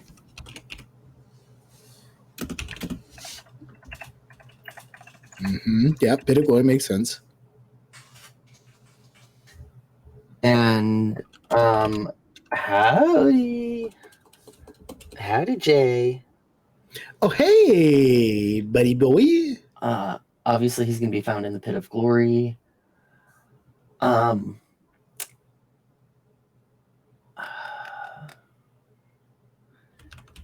don't know if he would be more often in the Valhalla Fame or the Prow. Since he's second in command next to the champion, obviously he's going to have time at the Prow.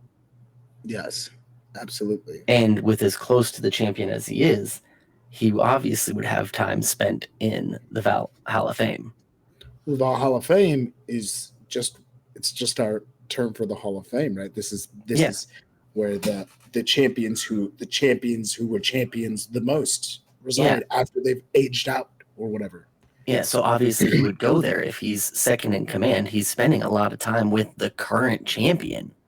The current champion doesn't necessarily go to the Hall of Fame, though. I don't think that doesn't make sense to me, at least. They're a champion. They're the best. The Hall of Fame is not for a champion. It is for just because like one guy won once doesn't mean he makes it to the Hall of Fame. Just because you won one battle doesn't mean you go to Valhalla. I guess I was kind of thinking that the Valhalla Fame was like past and present champions.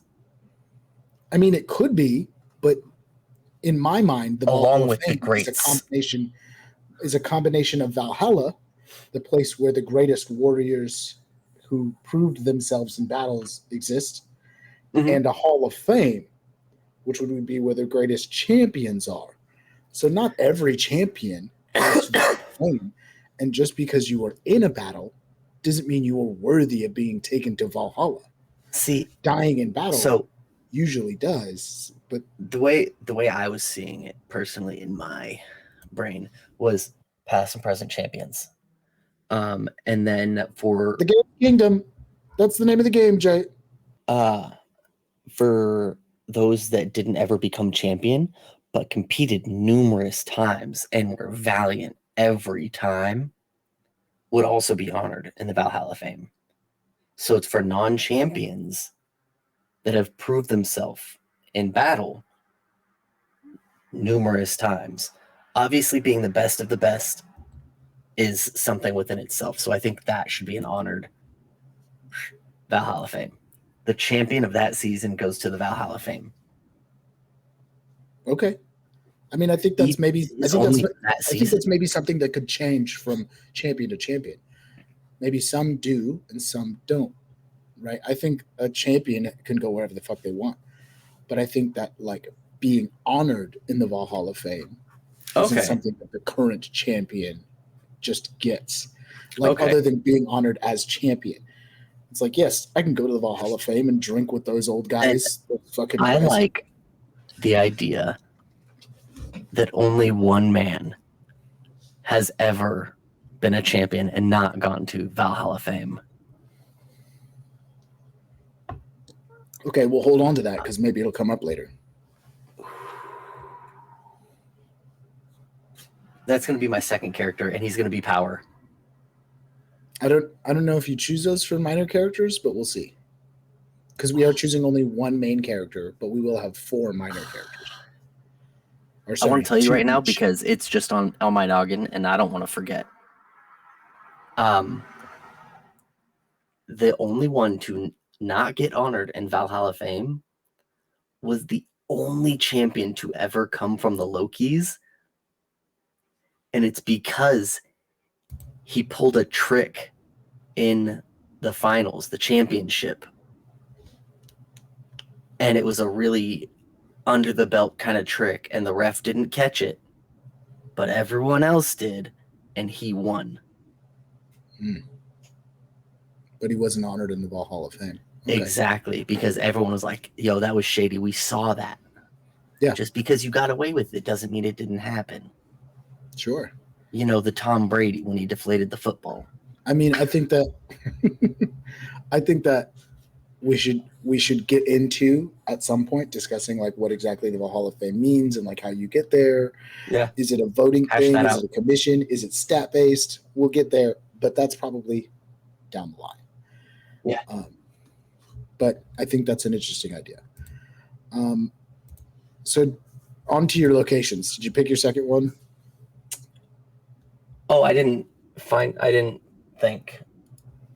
We were busy talking. Yeah, I about didn't something. decide. Between the Prow and Valhalla Fame.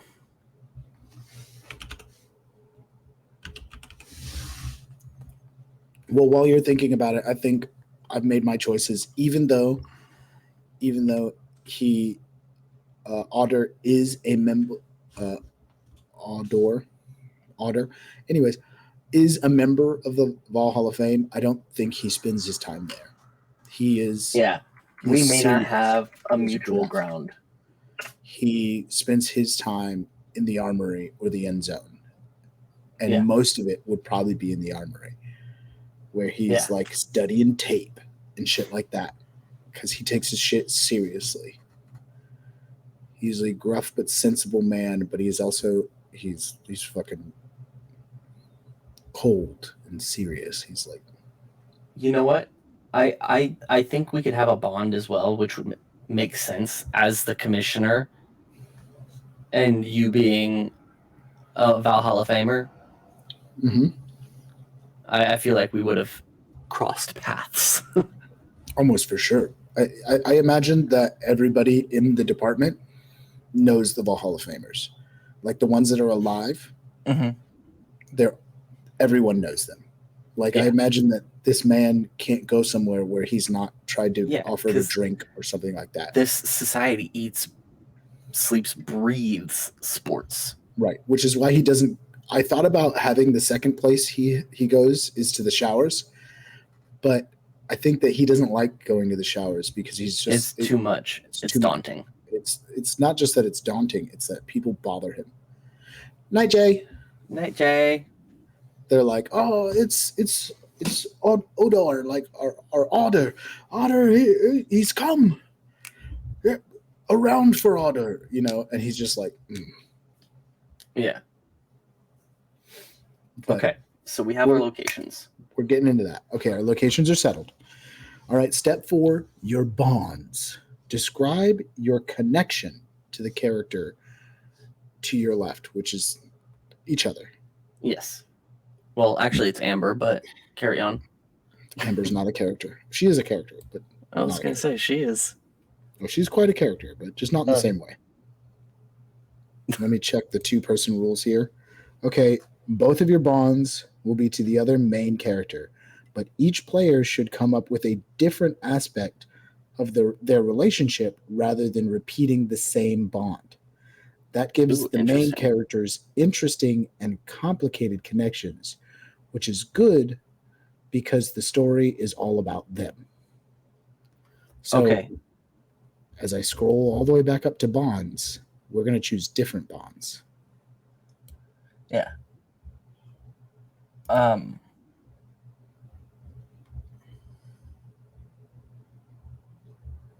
I would say that I was commissioner when you were indoctrinated. Hold on. Indoctrinated is, I'm certain, not the word you're looking for.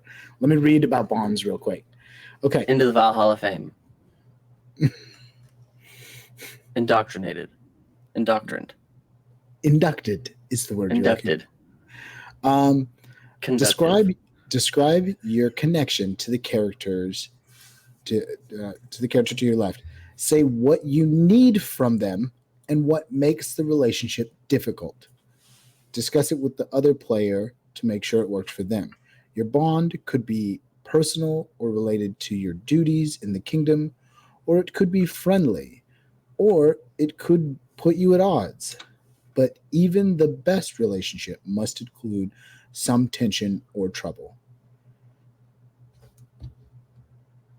So, like the example they give is like Kath and Argus are both biplane pilots for Pegasus Express. Argus is to the left of Kath, so Kath's player suggests that even though they're supposed to work together, there's a rivalry over which one is a better flyer. Argus's player agrees, except he adds, it's completely one-sided. Okay, that's interesting. All right, so again, we have to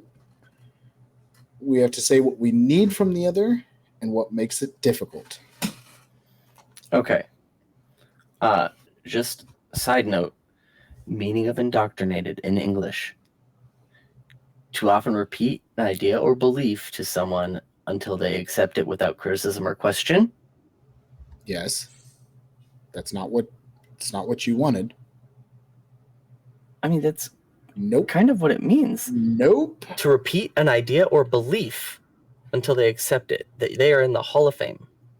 Yes, that's you convincing someone you're in the Hall of Fame. Listen, dude, you're in the Hall of Fame. You're in the Hall.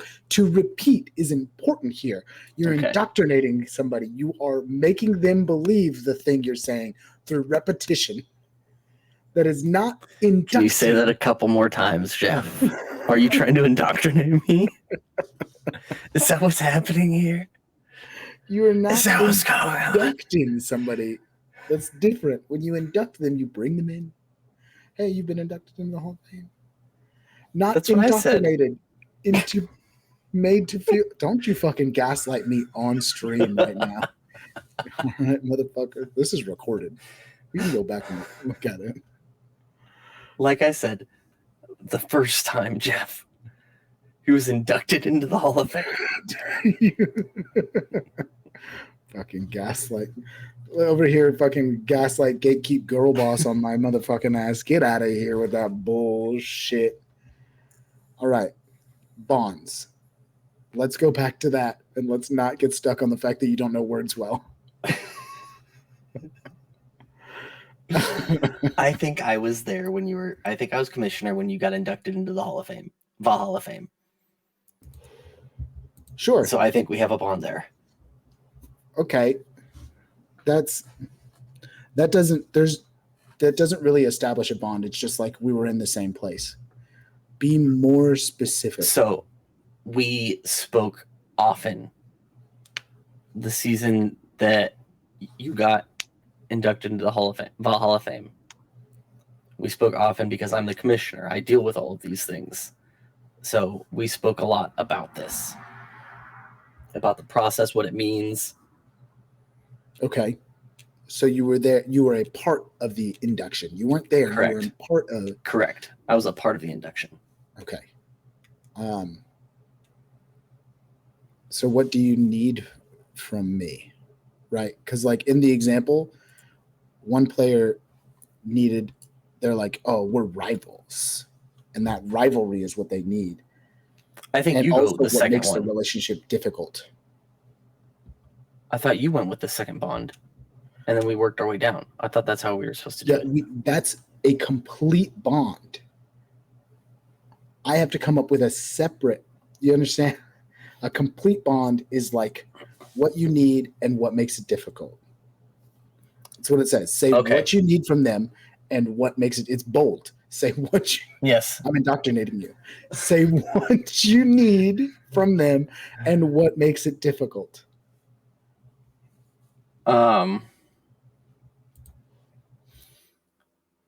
Shoot. I have no idea. Mm-hmm. That's okay. That's okay, baby bird. What do I need from you? I think as the commissioner, I think the bond that we have is coach to commissioner from my side. I'm going to tell my side. Mhm. I think the bond we have is coach to commissioner, right? As a coach, I am making sure that things are up to standard and I'm running things by you for that. Like, okay, I'm trying to follow the rules. Mhm. And as a commissioner, you have some part in that, right? Yeah. You're one of the guys who runs the games. Yeah. And that's also what makes our relationship difficult, because that means at times we find each other at odds, as I am the kind of guy who thinks things through and observes and kind of sees what the people want. So when you change rules that I don't like that I think or who represents what the people want as the touchstone, as you're changing rules, I'm the guy that pushes back, right? I'm confirming, but also pushing back when I think it's a ruling that doesn't make sense. Is that fair? Do you agree to this? 1 second. I don't want to put this. Do we have a compact?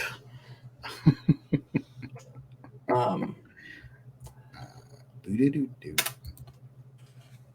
Notes.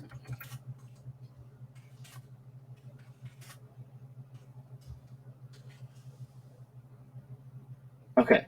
So, commissioner to coach, I need you to run your team so that I don't have to worry about it. But you are always coming and asking me questions on how to run not how to run your team, but what you can and cannot do. Right. You're being the goody that you're trying to be, but it makes it difficult for me. Okay, so that's your bond, and then my bond is the Yes. other side where I come up against your ruling. Okay, that's perfect. Mm-hmm. Okay.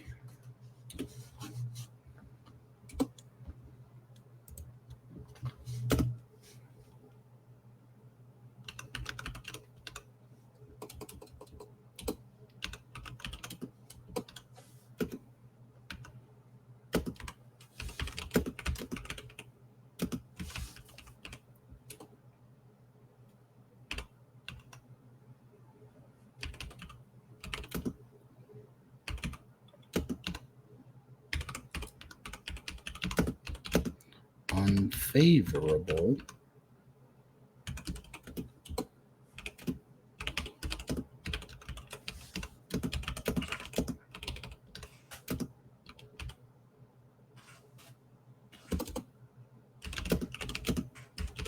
When you're editing it as I'm typing, it's always fucking crazy.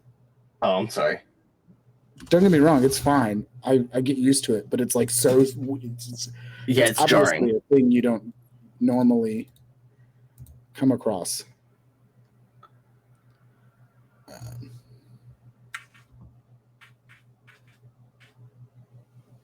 Okay, cool. We figured that out. Stated up bonds. We got bonds with each other, separate bonds. Minor characters. Minor. All right. No, I don't like it. Each player also makes a minor changer. Sorry. Or minor character to help flesh out the kingdom. Take an idea from the list and give them a name and brief description. That's all you need. Fold an index card into a tent and write the name and character concept on both sides. Minor character must be part of the kingdom, just like main characters, but they do not have roles and have none of the special authority that the rules given to the main characters. They might be very important people in the kingdom, but they will not be the center of our story or the key decision makers. Try to create someone who would interact with other main characters more than your own to avoid talking to yourself. If someone's main character leaves the kingdom or dies, we can promote a minor character to be new main character for our story. Okay. Perfect. Let's roll down. Oh, this is our last step. Yeah. And then I imagine we're going to hold for next episode. Yeah, I mean we're about at 10, and Yeah. I don't know. I figured we'd probably go to 10:30, but we'll see. I guess we'll read the next step and kind of see what that is because it looks like it's still a little bit more set up. Yeah, it's setting up the table, so we'll get into that a little bit too. All right, so we have to pick an idea from the list, give them a name. So the list that we made before. Yes. Okay. And I have that up. Yes. You want to go first? I think you should. Uh, I think you have a really obvious choice that you've already established. the referee or No, the coach? the champion. Oh, yes. Yes. The champion. And his name is going to be... A name and a brief description.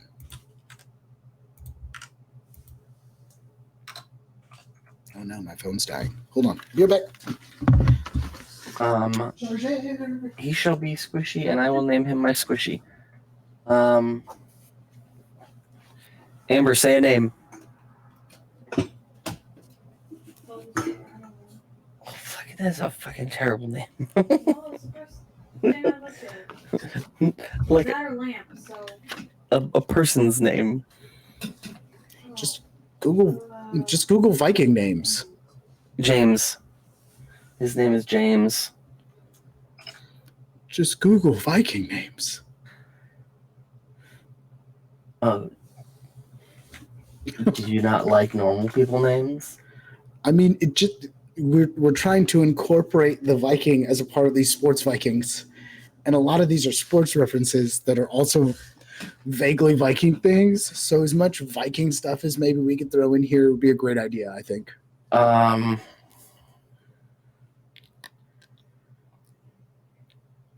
Thorfinn, Thors, Balder, Baldwin, Yundar. Yundar. Yundar. I'm gonna hate myself for spelling it that way later. Mm-hmm.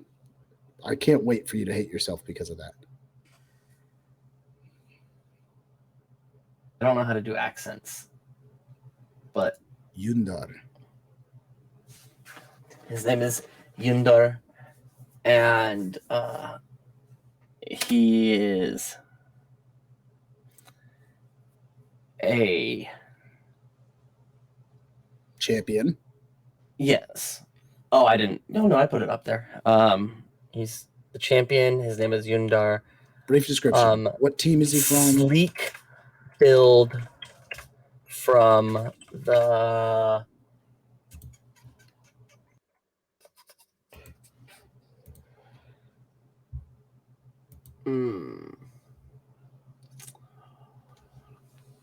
the Jorman. Jormungandr. Jormungandr. It really helps you say it right. Jormungandr. Jormungandr. Mm-hmm. It's one of my favorite names in I all didn't of realize that I made his name Yondar from the Jormungandrs. Yes, Yondar from the Jormungandrs. Yeah. Yeah.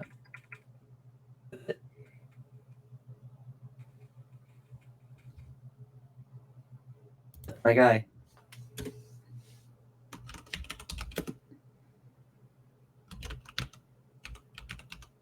All right. I'm gonna go with.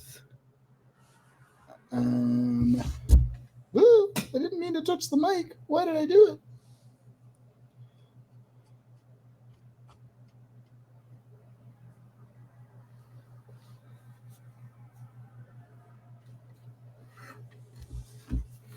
All right. This is gonna be pretty easy. It's gonna be. Are we supposed to make two or just one? 2. Where do you see that? It's in the special 2 people rules. So it's all the way I in the haven't back. seen those. Yeah.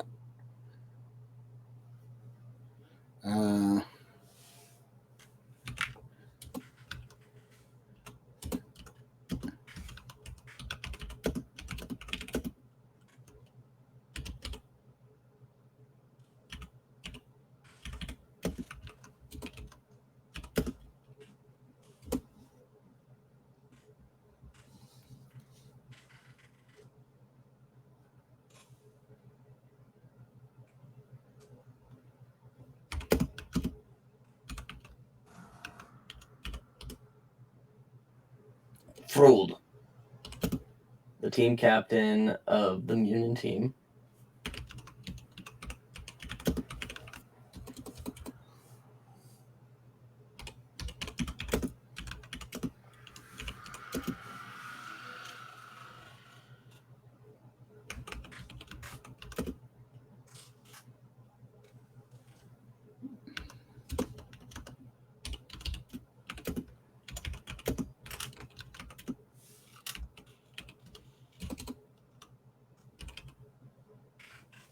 No, that's actually a bad choice. Because you're not supposed to make somebody that you would interact with too much. The idea is to make somebody that somebody else. Let me read this again. Each player makes one, blah, blah, blah. That's all you need. Fold index. Minor characters should be a part of the kingdom like the main characters, but they do not have rules. They do not have special authority. The main characters, they might be very important. It's the last paragraph. Try to create someone who would interact with the other main characters. So the champion's a good choice because he'll interact with everybody.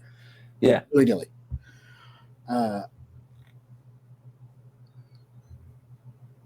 So you can avoid talking The to ref. Yeah, I think I should make a referee. I agree with that.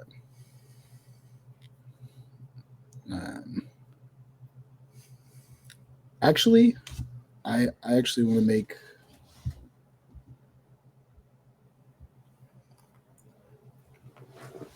Well, given the breakdown. Hold on, I got this.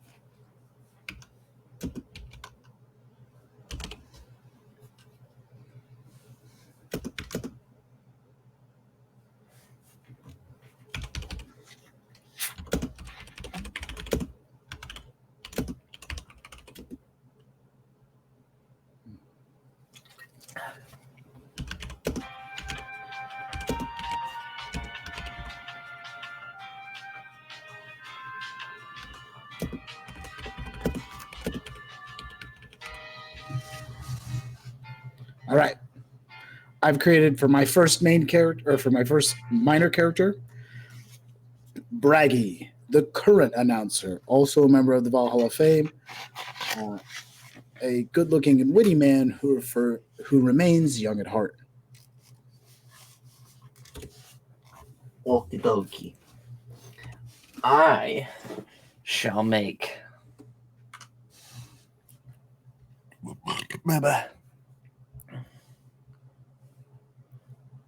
Yorn. No. You want some ideas here? Gorm, Gunnar, Care, Njol, Njord. No. Bjorn. Baby Bjorn. Not baby Bjorn. I'm just saying like baby Bjorn. Mm-hmm. Bjorn. And Bjorn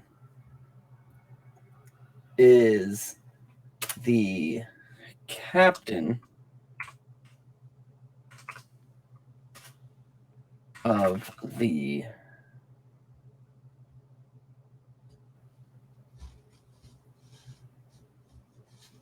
Mjolnirs.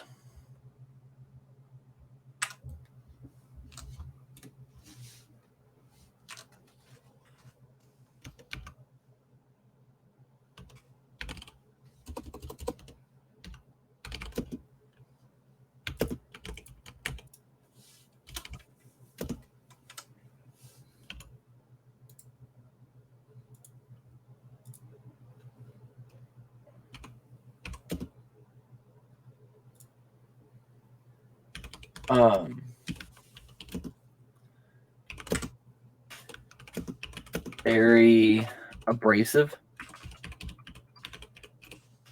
and ragged looks. Asger, a referee who never made it far in the championship games. Snooty and uptight. He forgot a T. I sure did.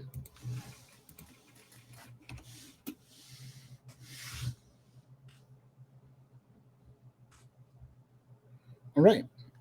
There we go. We've got Yundar, the Slim and agile from he's the champion. Sorry, there's a page break.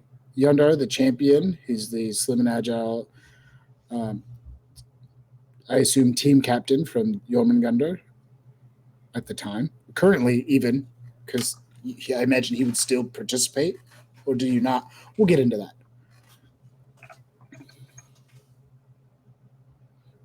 And then Bjorn, the captain of the Mjolnir, very abrasive, ragged looks. Yes. And then Braggy, the current announcer, also a member of the Hall of Fame, a good-looking, witty man who remains young at heart. And Asgir, a referee who never made it far in the championship games, known to be snooty and uptight. So he competed in the championship? Yes, when he was younger. Okay. He's not I old. just want other two, though. I just want to hash that I mean- out because not everyone has to compete. Sure. I think that was what he did for a short time. This isn't necessary. But Can I you asked a question. moderately change your character? I think he participated in the beginning, didn't go far, realized he'd be better as a referee. That's what I think. Can I give an idea that I like for him? Yes. He tried, but couldn't make it on any teams. He knows the game inside and out, but was never good at playing. I think that's more tropey. Like it's a common thing. Like, oh, he didn't make it, so he chose to be a part of the games. He did anything else. And I kind of prefer the idea that he did participate, but he wasn't good. He didn't make it very far. And Well, that's the only thing I have with that is for him to make it, he had to have been good. the championship game. Okay, so let's settle this out. The championship games happen all the time. Every year there's a new Correct. championship game, and it's a huge thing, right? So even though we only have 6 teams listed, I think that to me it's like the NFL. There's plenty of people in the NFL on teams that never fucking make it to the playoffs. But to me, the championship games isn't the playoffs. That's the whole season. It just ends in someone being the champion. You know what I'm saying? See, I was picturing only these 6 teams year round, every year, different sports. Sure. But could you not also picture that sometimes one of those 6 teams doesn't do very well for fucking 5 years running? I mean, but the fact that you're playing, and you think of the worst NFL team that's ever played and pick the worst character or the worst player that ever played, and he will still run laps around average people. So he's still good. Sure. But that doesn't mean he's great. That doesn't mean he could go very far. You know? What's that mean? What's that mean in a world of greats, right? Like if there's 6 teams and all of these dudes are like fucking killer, Okay. and there's one guy who's like, yeah, I'm good and good enough, right? And that would make sense. That's why his familiarity with the game would make sense. Like he's like, oh, fucking, I loved this game. I love these games. I love participating. I love the rules of it, right? Blah blah blah. But he did 1 season, let's call it. He did 1 year, and after the 1 year, on a losing team, and he wasn't even remarkable on his team, which is easily doable. It doesn't matter if they're all fucking greats. There's I people want on to call here- it the trials. Okay. Doesn't matter if they're all the greatest, right? Just like you say, in the NFL, there is teams that suck. Let's be frank. There are teams that suck. And on those teams that suck, there are dudes that suck. And just because you could kick the shit out of a normal person at that game does not mean You don't suck in the grand scheme. right. Okay. I see what you're saying.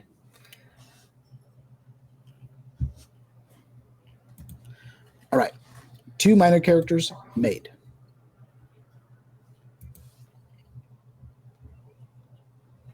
All right. Let's go down. Next step is your story. We're gonna read a little bit more here, and then we're gonna just kind of wrap it up. I'm telling the audience of probably just us right now, but also our future audience. All right, your story.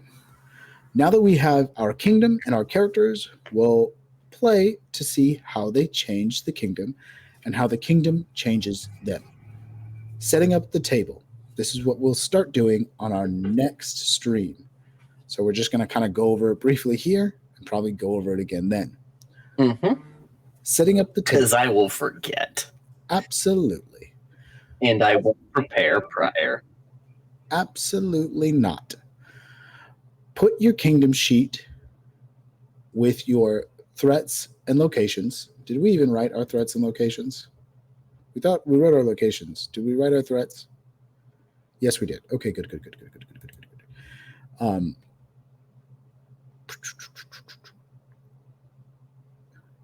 With your threats and locations in the middle of the table where everyone can see. It's on a place where we all can see. Not the viewers, but maybe next time it will be. Give each player a reference card matching the role they chose. We already know our roles. That's not a huge deal. Fold the top into a tent so that each person's role is visible to the other players. Again, not necessary. For your first crossroad, fold a blank sheet of paper in half and write "Will the Kingdom" in the upper left. That's all it says. Upper left. Leave space below for the actual crossroad. Then label 2 columns, yes and no. Make 2 rows of checkboxes at the bottom, each with 1 more box than the number of players. Label the first row Crossroads and the second Crisis. Now let me see if this changes because there's only 2 of us.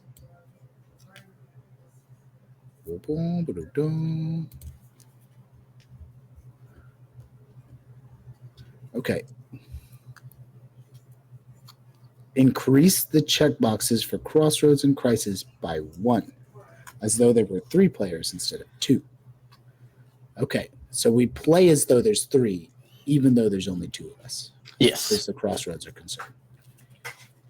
And another important part as we get into there, in any other case where a third player would normally be asked to make a decision, discuss and negotiate among yourselves. Because there are only 2 players, at least 1 role will always be vacant. That can happen in any game of Kingdom, but in a 2-player game, it's unavoidable. Part of the pressure your characters will face will be deciding which role they leave untended. What you choose to control and what you leave up to fate is up to you. Okay. Fantastic. So, scrolling back up to where we were, blah, blah, blah, somewhere around here.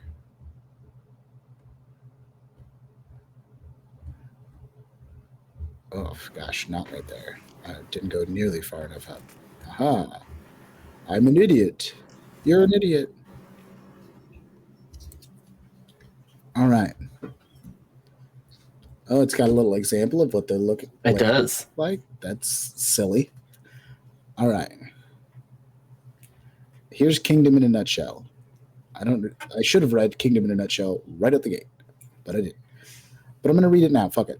As we play, our kingdom will be confronted by a series of crossroads. Each is an important choice the kingdom must make, a major chapter of our story. Will the kingdom invade its neighbor? Will we outlaw magic? Our decisions will change the course of our story. So it's important we pick crossroads that interest us. Before we decide which path the kingdom takes, we'll play scenes to learn more about the situation and what our characters think and do about it. Our roles give us different ways to influence what happens, both as characters and as players. Perspective. Your job is to tell us the consequences of our decision. You say what happens if we choose one path or the other. Then your predictions will come true. Ooh, If you that's a lot of power. if our choice seems too easy, you can easily show us why it's more complicated than we thought. The touchstone, you show us how everyone in the kingdom feels. As soon as your character has an opinion or attitude, that's automatically what most people in the kingdom think too. You show us which outcome the people want. And our vacant role, the power. The power has the most straightforward job. You are in charge.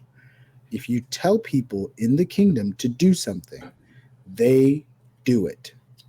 Whether they like it or not, other players' characters don't have to obey, but you can make the kingdom punish people who don't listen or reward those who do.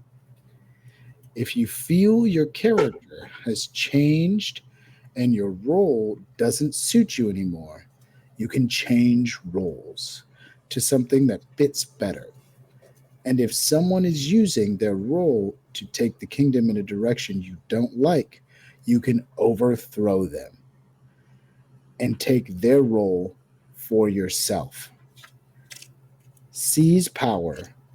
Show why perspectives predictions are wrong, or how the people don't really feel the way the touchstone said. Interesting. After we've played scenes and learned more about the crossroad, it is power and only power who picks the kingdom's path. Perspective sets consequences.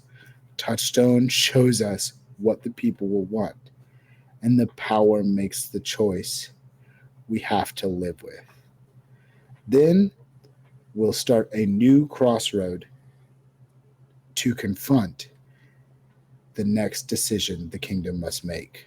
But be warned, if any of us think things have gone too far, the kingdom could reach a crisis and risk destruction, ending our game.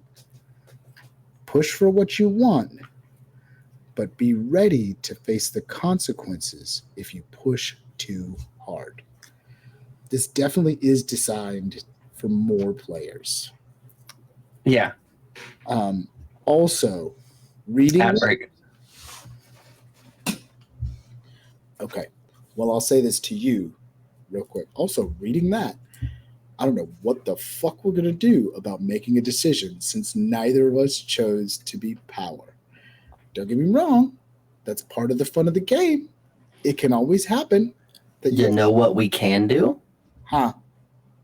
The decision of power is a roll of the dice. I'll be odds, you'll be evens, vice versa. I mean, I don't think we'll always find each other at odds, but yes, I do agree that it should be a dice roll. I think that is fun. Yeah. We also, if we feel like we have enough viewers going, leave it to the viewers. Hey, everybody. So, as we were discussing, we have a vacant role because we don't have enough players to fill the roles, but it says it's always okay for there to be a vacant role. The only issue is our vacant role is power, which is the one who gets to make the decisions during the crossroads. So what we've decided, for those viewers who are with us now or those who may be with us in the future, is we are going to either roll a die, or if we have a strong enough viewer base, we will leave it up to the viewers to decide. So, Do we get what we want? Do I get what I want? Does he get what he wants? Does my wife get what she wants? And I don't do this anymore. find out next time on the exciting conclusion of building. I'm just kidding. It's not the conclusion. With all that being said, we could go on for a little longer, start the game, but it feels as though we would probably come up against our just natural stopping point pretty quickly. We normally don't go any later than 11 at the absolute latest, and this is our short game most of the time, or our short stream most of the time. So, like, stretching it that far just doesn't feel entirely necessary. So, for now, we will begin playing in earnest on next session, which isn't next week. It'll be the week after that. But you know what we can do? What can we do? We can do a little bit of a unnecessary teaser, I guess you could say. And This man just walked away and acted like we could hear him, knowing that there's supposed to be a microphone right there. no, I thought my microphone picks up everything. I thought you could still hear me. Yes, but it was like this. You know what we can do? We can hear it. We can give them a little taste and not actually flesh anything out. But we can take actually, you know what? I like that idea. Let's take on one of our characters and just interact for a couple minutes.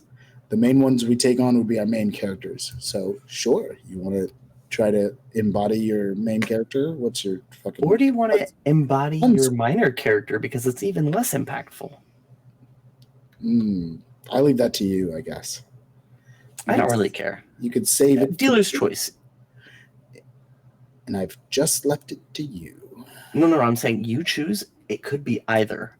It doesn't have to both be main. It doesn't have to both be minor. Oh, okay. You just choose who you want to be, and I'll choose who I want to be. I'm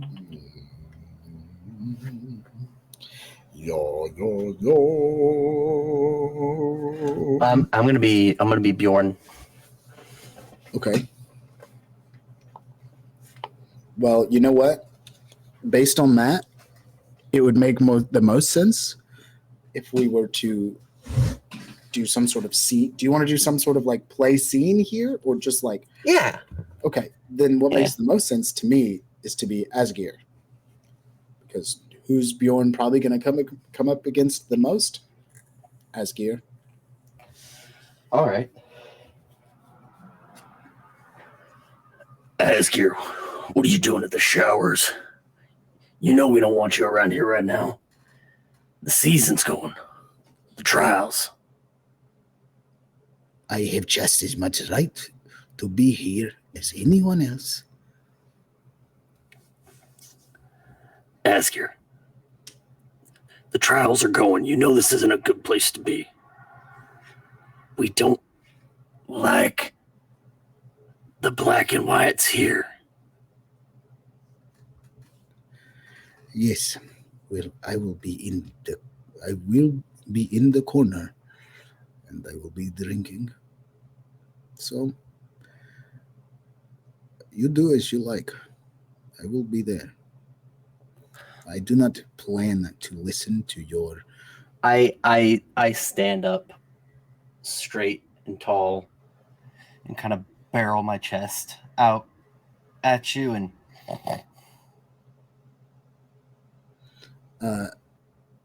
Asgeir looks up at you as he's not an impressive man. He goes, "Do you really think this is the right move for you? Is this what you want to do before we begin the trials? Before your next trial game? Tell me now." Is he active referee? Mm-hmm. Oh, I thought he was an older referee. Okay. No. Anyway, I'll still run with it. No, he's a young man. He's the only young man character I made. I made 2 old men characters and 1 young man character. Okay. So is that really the move I want to make?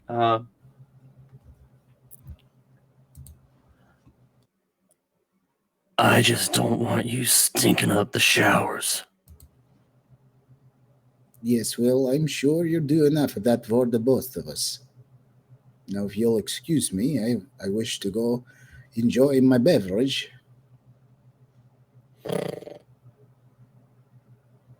Fine. Stay in the back.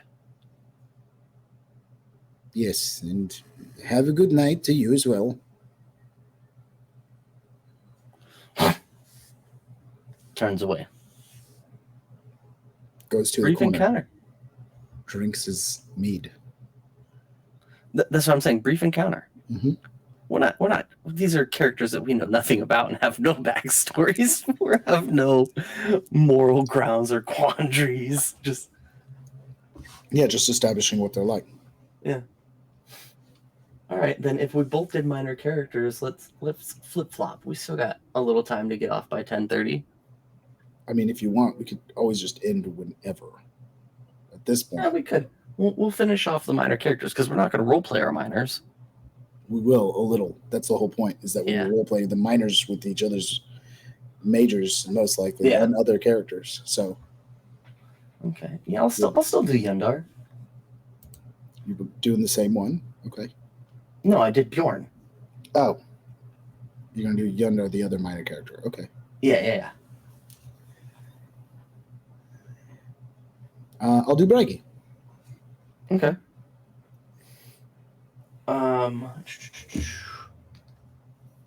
Oh, the current announcer. Okay. Where would we? Okay, right before a game. Okay. I think that's a good quick encounter. Welcome, ladies and gentlemen. Another exciting match begins soon. You will have known all of our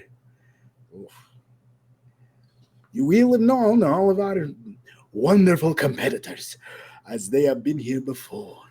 You know them well, and you will see them compete on levels as you've never seen before.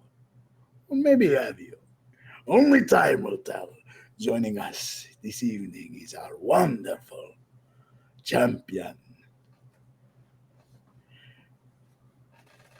I just want to take a second. It was a pleasure to watch you go through 7 accents as fluidly as that. Yeah, I know.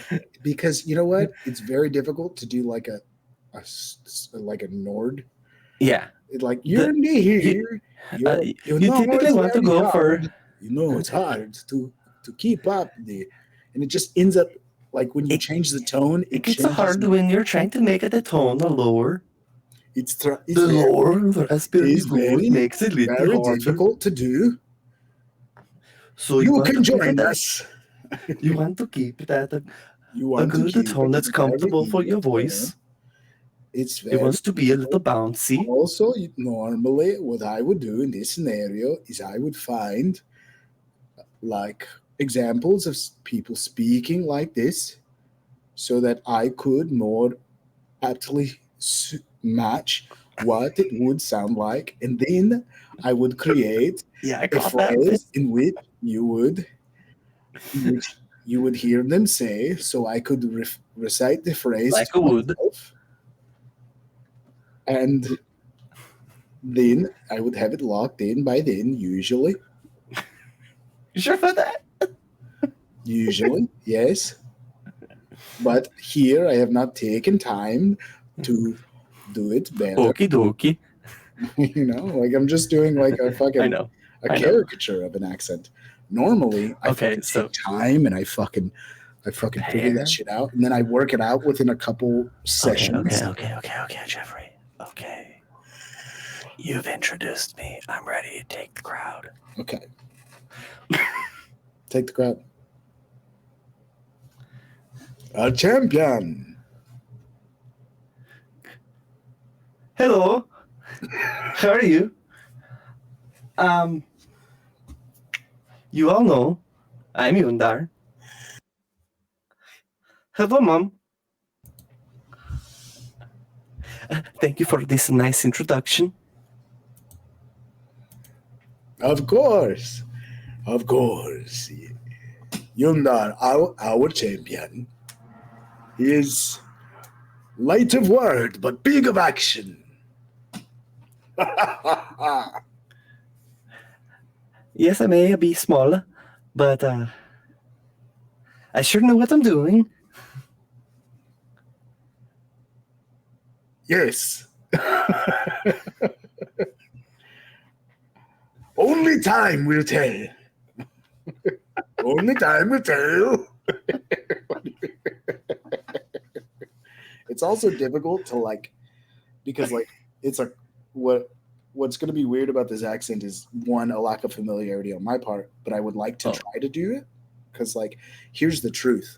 If we're going to do some parody of Vikings, look at me in my face, viewers, now and in the future. Look me in the windows to my soul. In most media in which you see anyone who is meant to even be remotely Viking-like, they choose to ignore the speech patterns of those people because they think that people won't take them seriously. So they are often instead represented with something closer to an Irish or an English or a Scottish, because those are things that are familiar and more ironically taken seriously. I was going to say, ironically, there's a show that pretty much depicts exactly that, and it's Norsemen. I don't know if you've seen it on Netflix. It's actually a phenomenal show. I love it. It's a good show, and it depicts them speaking. But everyone talks like this, like the Swedish guy in the cottage in the snow in Frozen. Yoo-hoo, big summer blowout. That's what they all sound like. Yep. Yes, they all speak with the familiar. The very bouncy voice. Yes, it's what people know. And even though Vikings probably did not speak exactly like this, they probably did have much more similarity to speaking like this than they did like this. And this is how most Vikings are portrayed. Are you a pirate? Or they throw a little bit of the R rule, but keep this very sort of not. It's almost Scottish.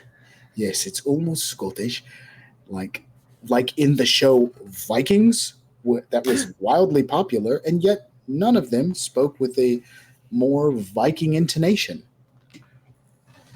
But I'm a guy who analyzes voice, and if you want to get nitpicky, like sometimes I do, you'd also talk about how not very many people depict Spider-Man with a Queen's accent, even though he's born and fucking raised there. And the only props I give to the young Tom Holland is that he fucking does. Favorite Spider-Man? No. Garfield. Arguably the weakest. With little argument.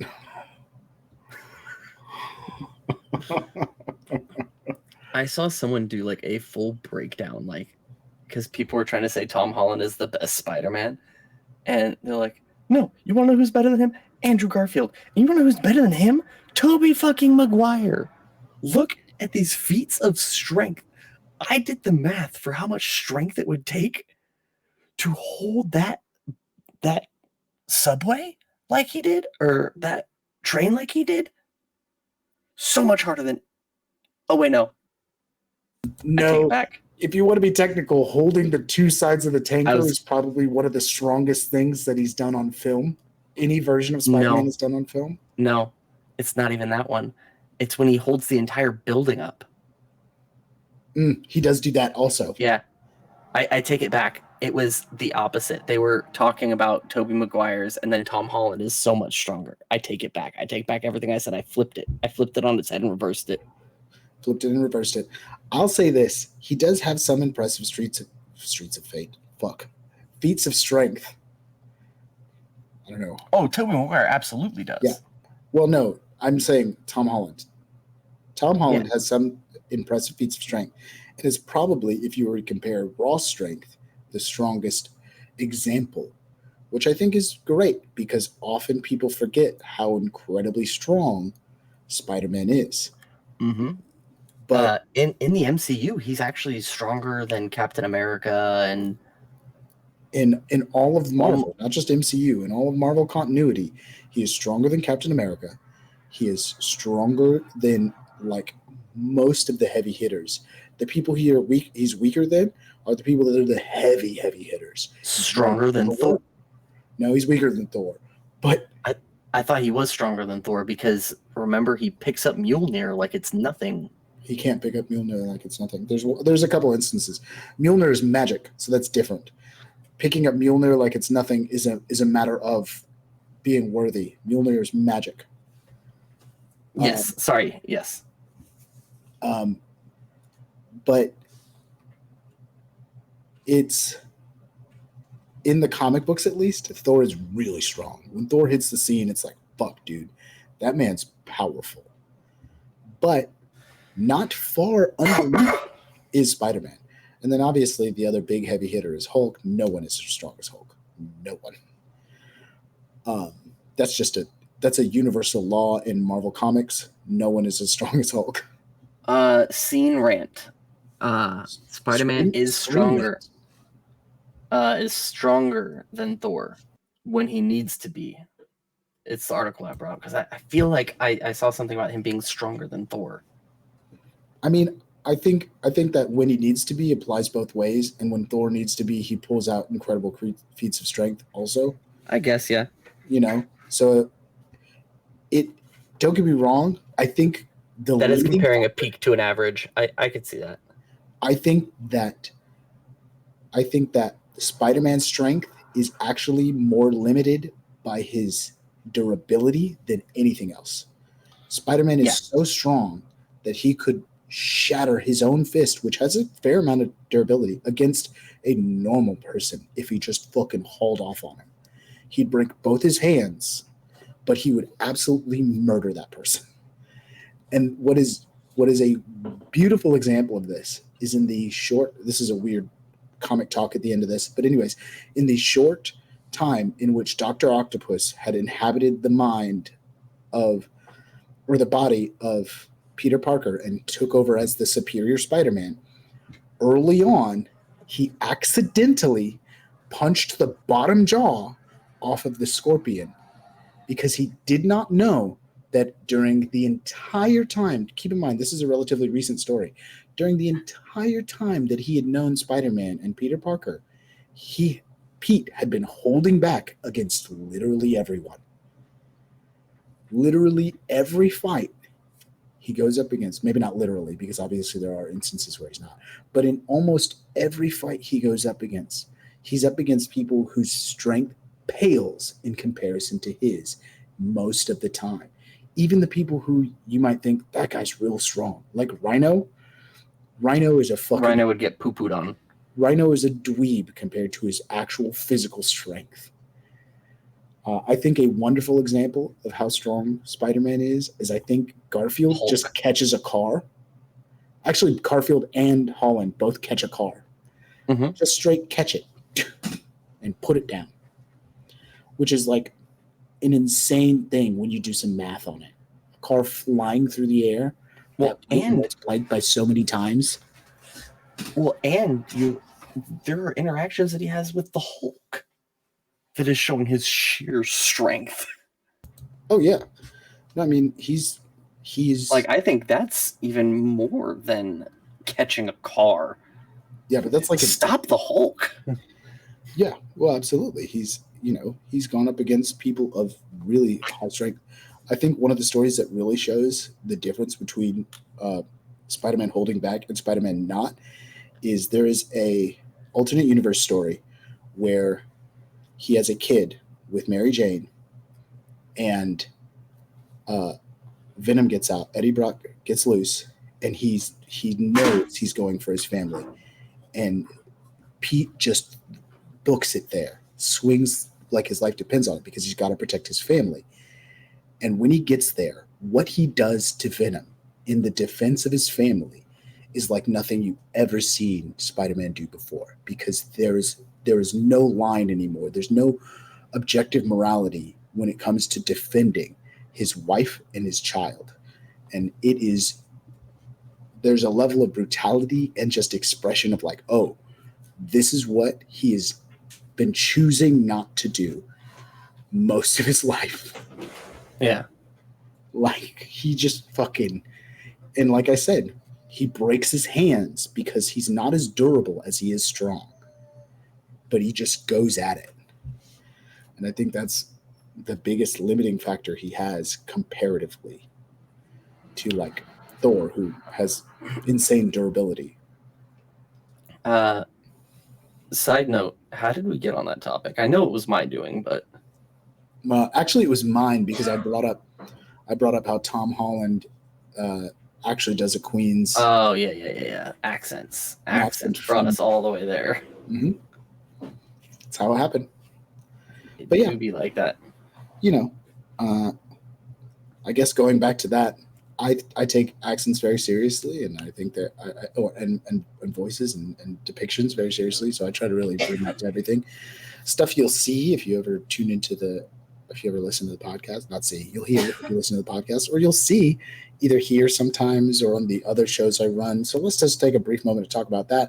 If you're not here for this Wednesday for Building by Torchlight, where we use games to build a world, I also do, on the Wednesdays that I don't do this, I run a game called Wacko Mundo, which is a kind of fun and wacky game with a series of players played in the system of 5th edition. It's a lot of fun. We take things a little less serious, but we touch on serious from time to time.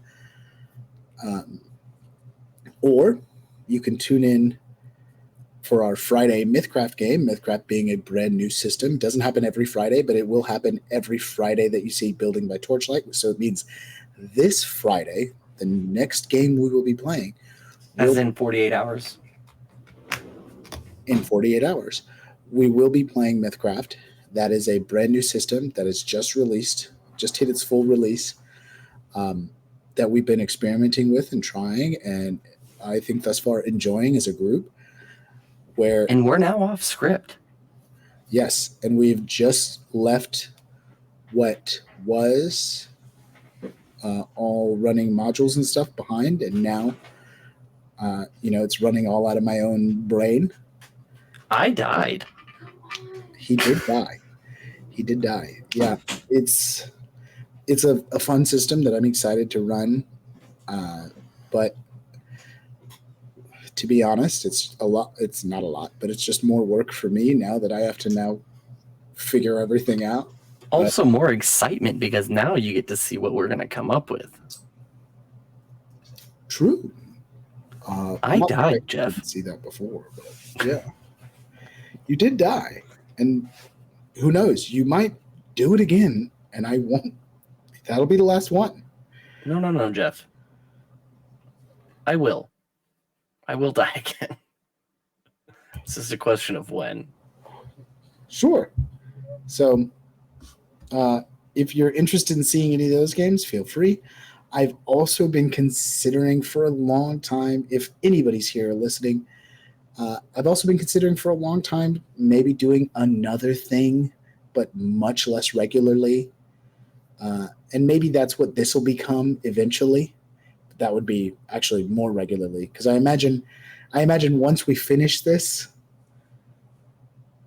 he's going to run it. This guy's going to run it. So that'll be a thing, and maybe he'll enjoy it. No, he won't. He's new. He won't enjoy the idea I have. But I have very much wanted to also just try other systems. I'm honestly, and I'm an idiot because I don't want to put more on my plate, but I want to do other things. So I have very strong. Jeffrey, if you can find me a system that is manageable. I won't know that until I have run it. So that's the unfortunate truth, is that no matter what, I have to run it first. You can't just at a glance be like, this sounds very similar to what he's familiar with? No, I could do that with a lot of things. And in fact, when we play your game, I will strongly advise we used a system called Advanced 5th Edition, which is just built on 5th Edition with just minor changes. Okay. Then yeah. I think Is that a system you've played? Huh? Is that a system you've played? Yes, only a little bit though. I'm only just starting to Okay, play. so you want more. Understand. You want more. Yeah, but Okay. we're getting really wrapped up in this, getting a little in the weeds here. But I have been thinking about so basically, for any of you who are still here, for as long as I've had this Twitch channel, I have considered running a game where maybe monthly game where I just do a new system, and we have other DMs that maybe would want to jump in. And that was originally what we were going to do with our Space Pirate game. Because Ulvin was running a Space Pirate game that was going to be kind of loosely based on the fun of Treasure Planet. But unfortunately, that just didn't come together super well. It was very difficult. But I'll tell you right now, viewers and Henry, I want to try a superhero-based system. So I'm really considering building a game, building a something to run something like that, and other systems too. There's tons of really fun systems out there that I've heard of, like Thirsty Sword Lesbians, or a real game, or like one we actually got to try on stream was Big Eye Small Mouth, the anime inspired system. So, there's lots of stuff out there that could be fun to try. So maybe we'll do. I feel like we'd get a lot of viewers with Thirsty Sword Lesbians. We might. It, if nothing else, the name's a lot of fun. Yeah. There's also that'll get Twitch traffic. It may just. So that's something that could be around the pipe. It'll all depend on my schedule, as a lot of it does depend on me. I'm doing a lot for our Twitch. I'm doing a lot for our social media. And I also have to work a regular fucking job because not enough of you motherfuckers are watching. So. Yes, put it on them. This is your fault. We are employed because of you. I am entirely employed because I am not able to do this full time. Because you guys won't pay our bills. If you'd pay my goddamn rent, I'd be here all the time for your ass. That's true. Me too. Facts. Just pay my mortgage. That's it. No biggie. Monthly, preferably. With all that being said, we hope you enjoyed. If you made it this far, fucking thank you, especially on the YouTube. And have a great rest of your night. Be safe. Join us this Friday for Mythcraft Country. And of course, tell good stories. Can I alter that? Yes. Alter that sign off for this? Yeah, go ahead. Build good stories. Ooh. Build good stories. Build good stories.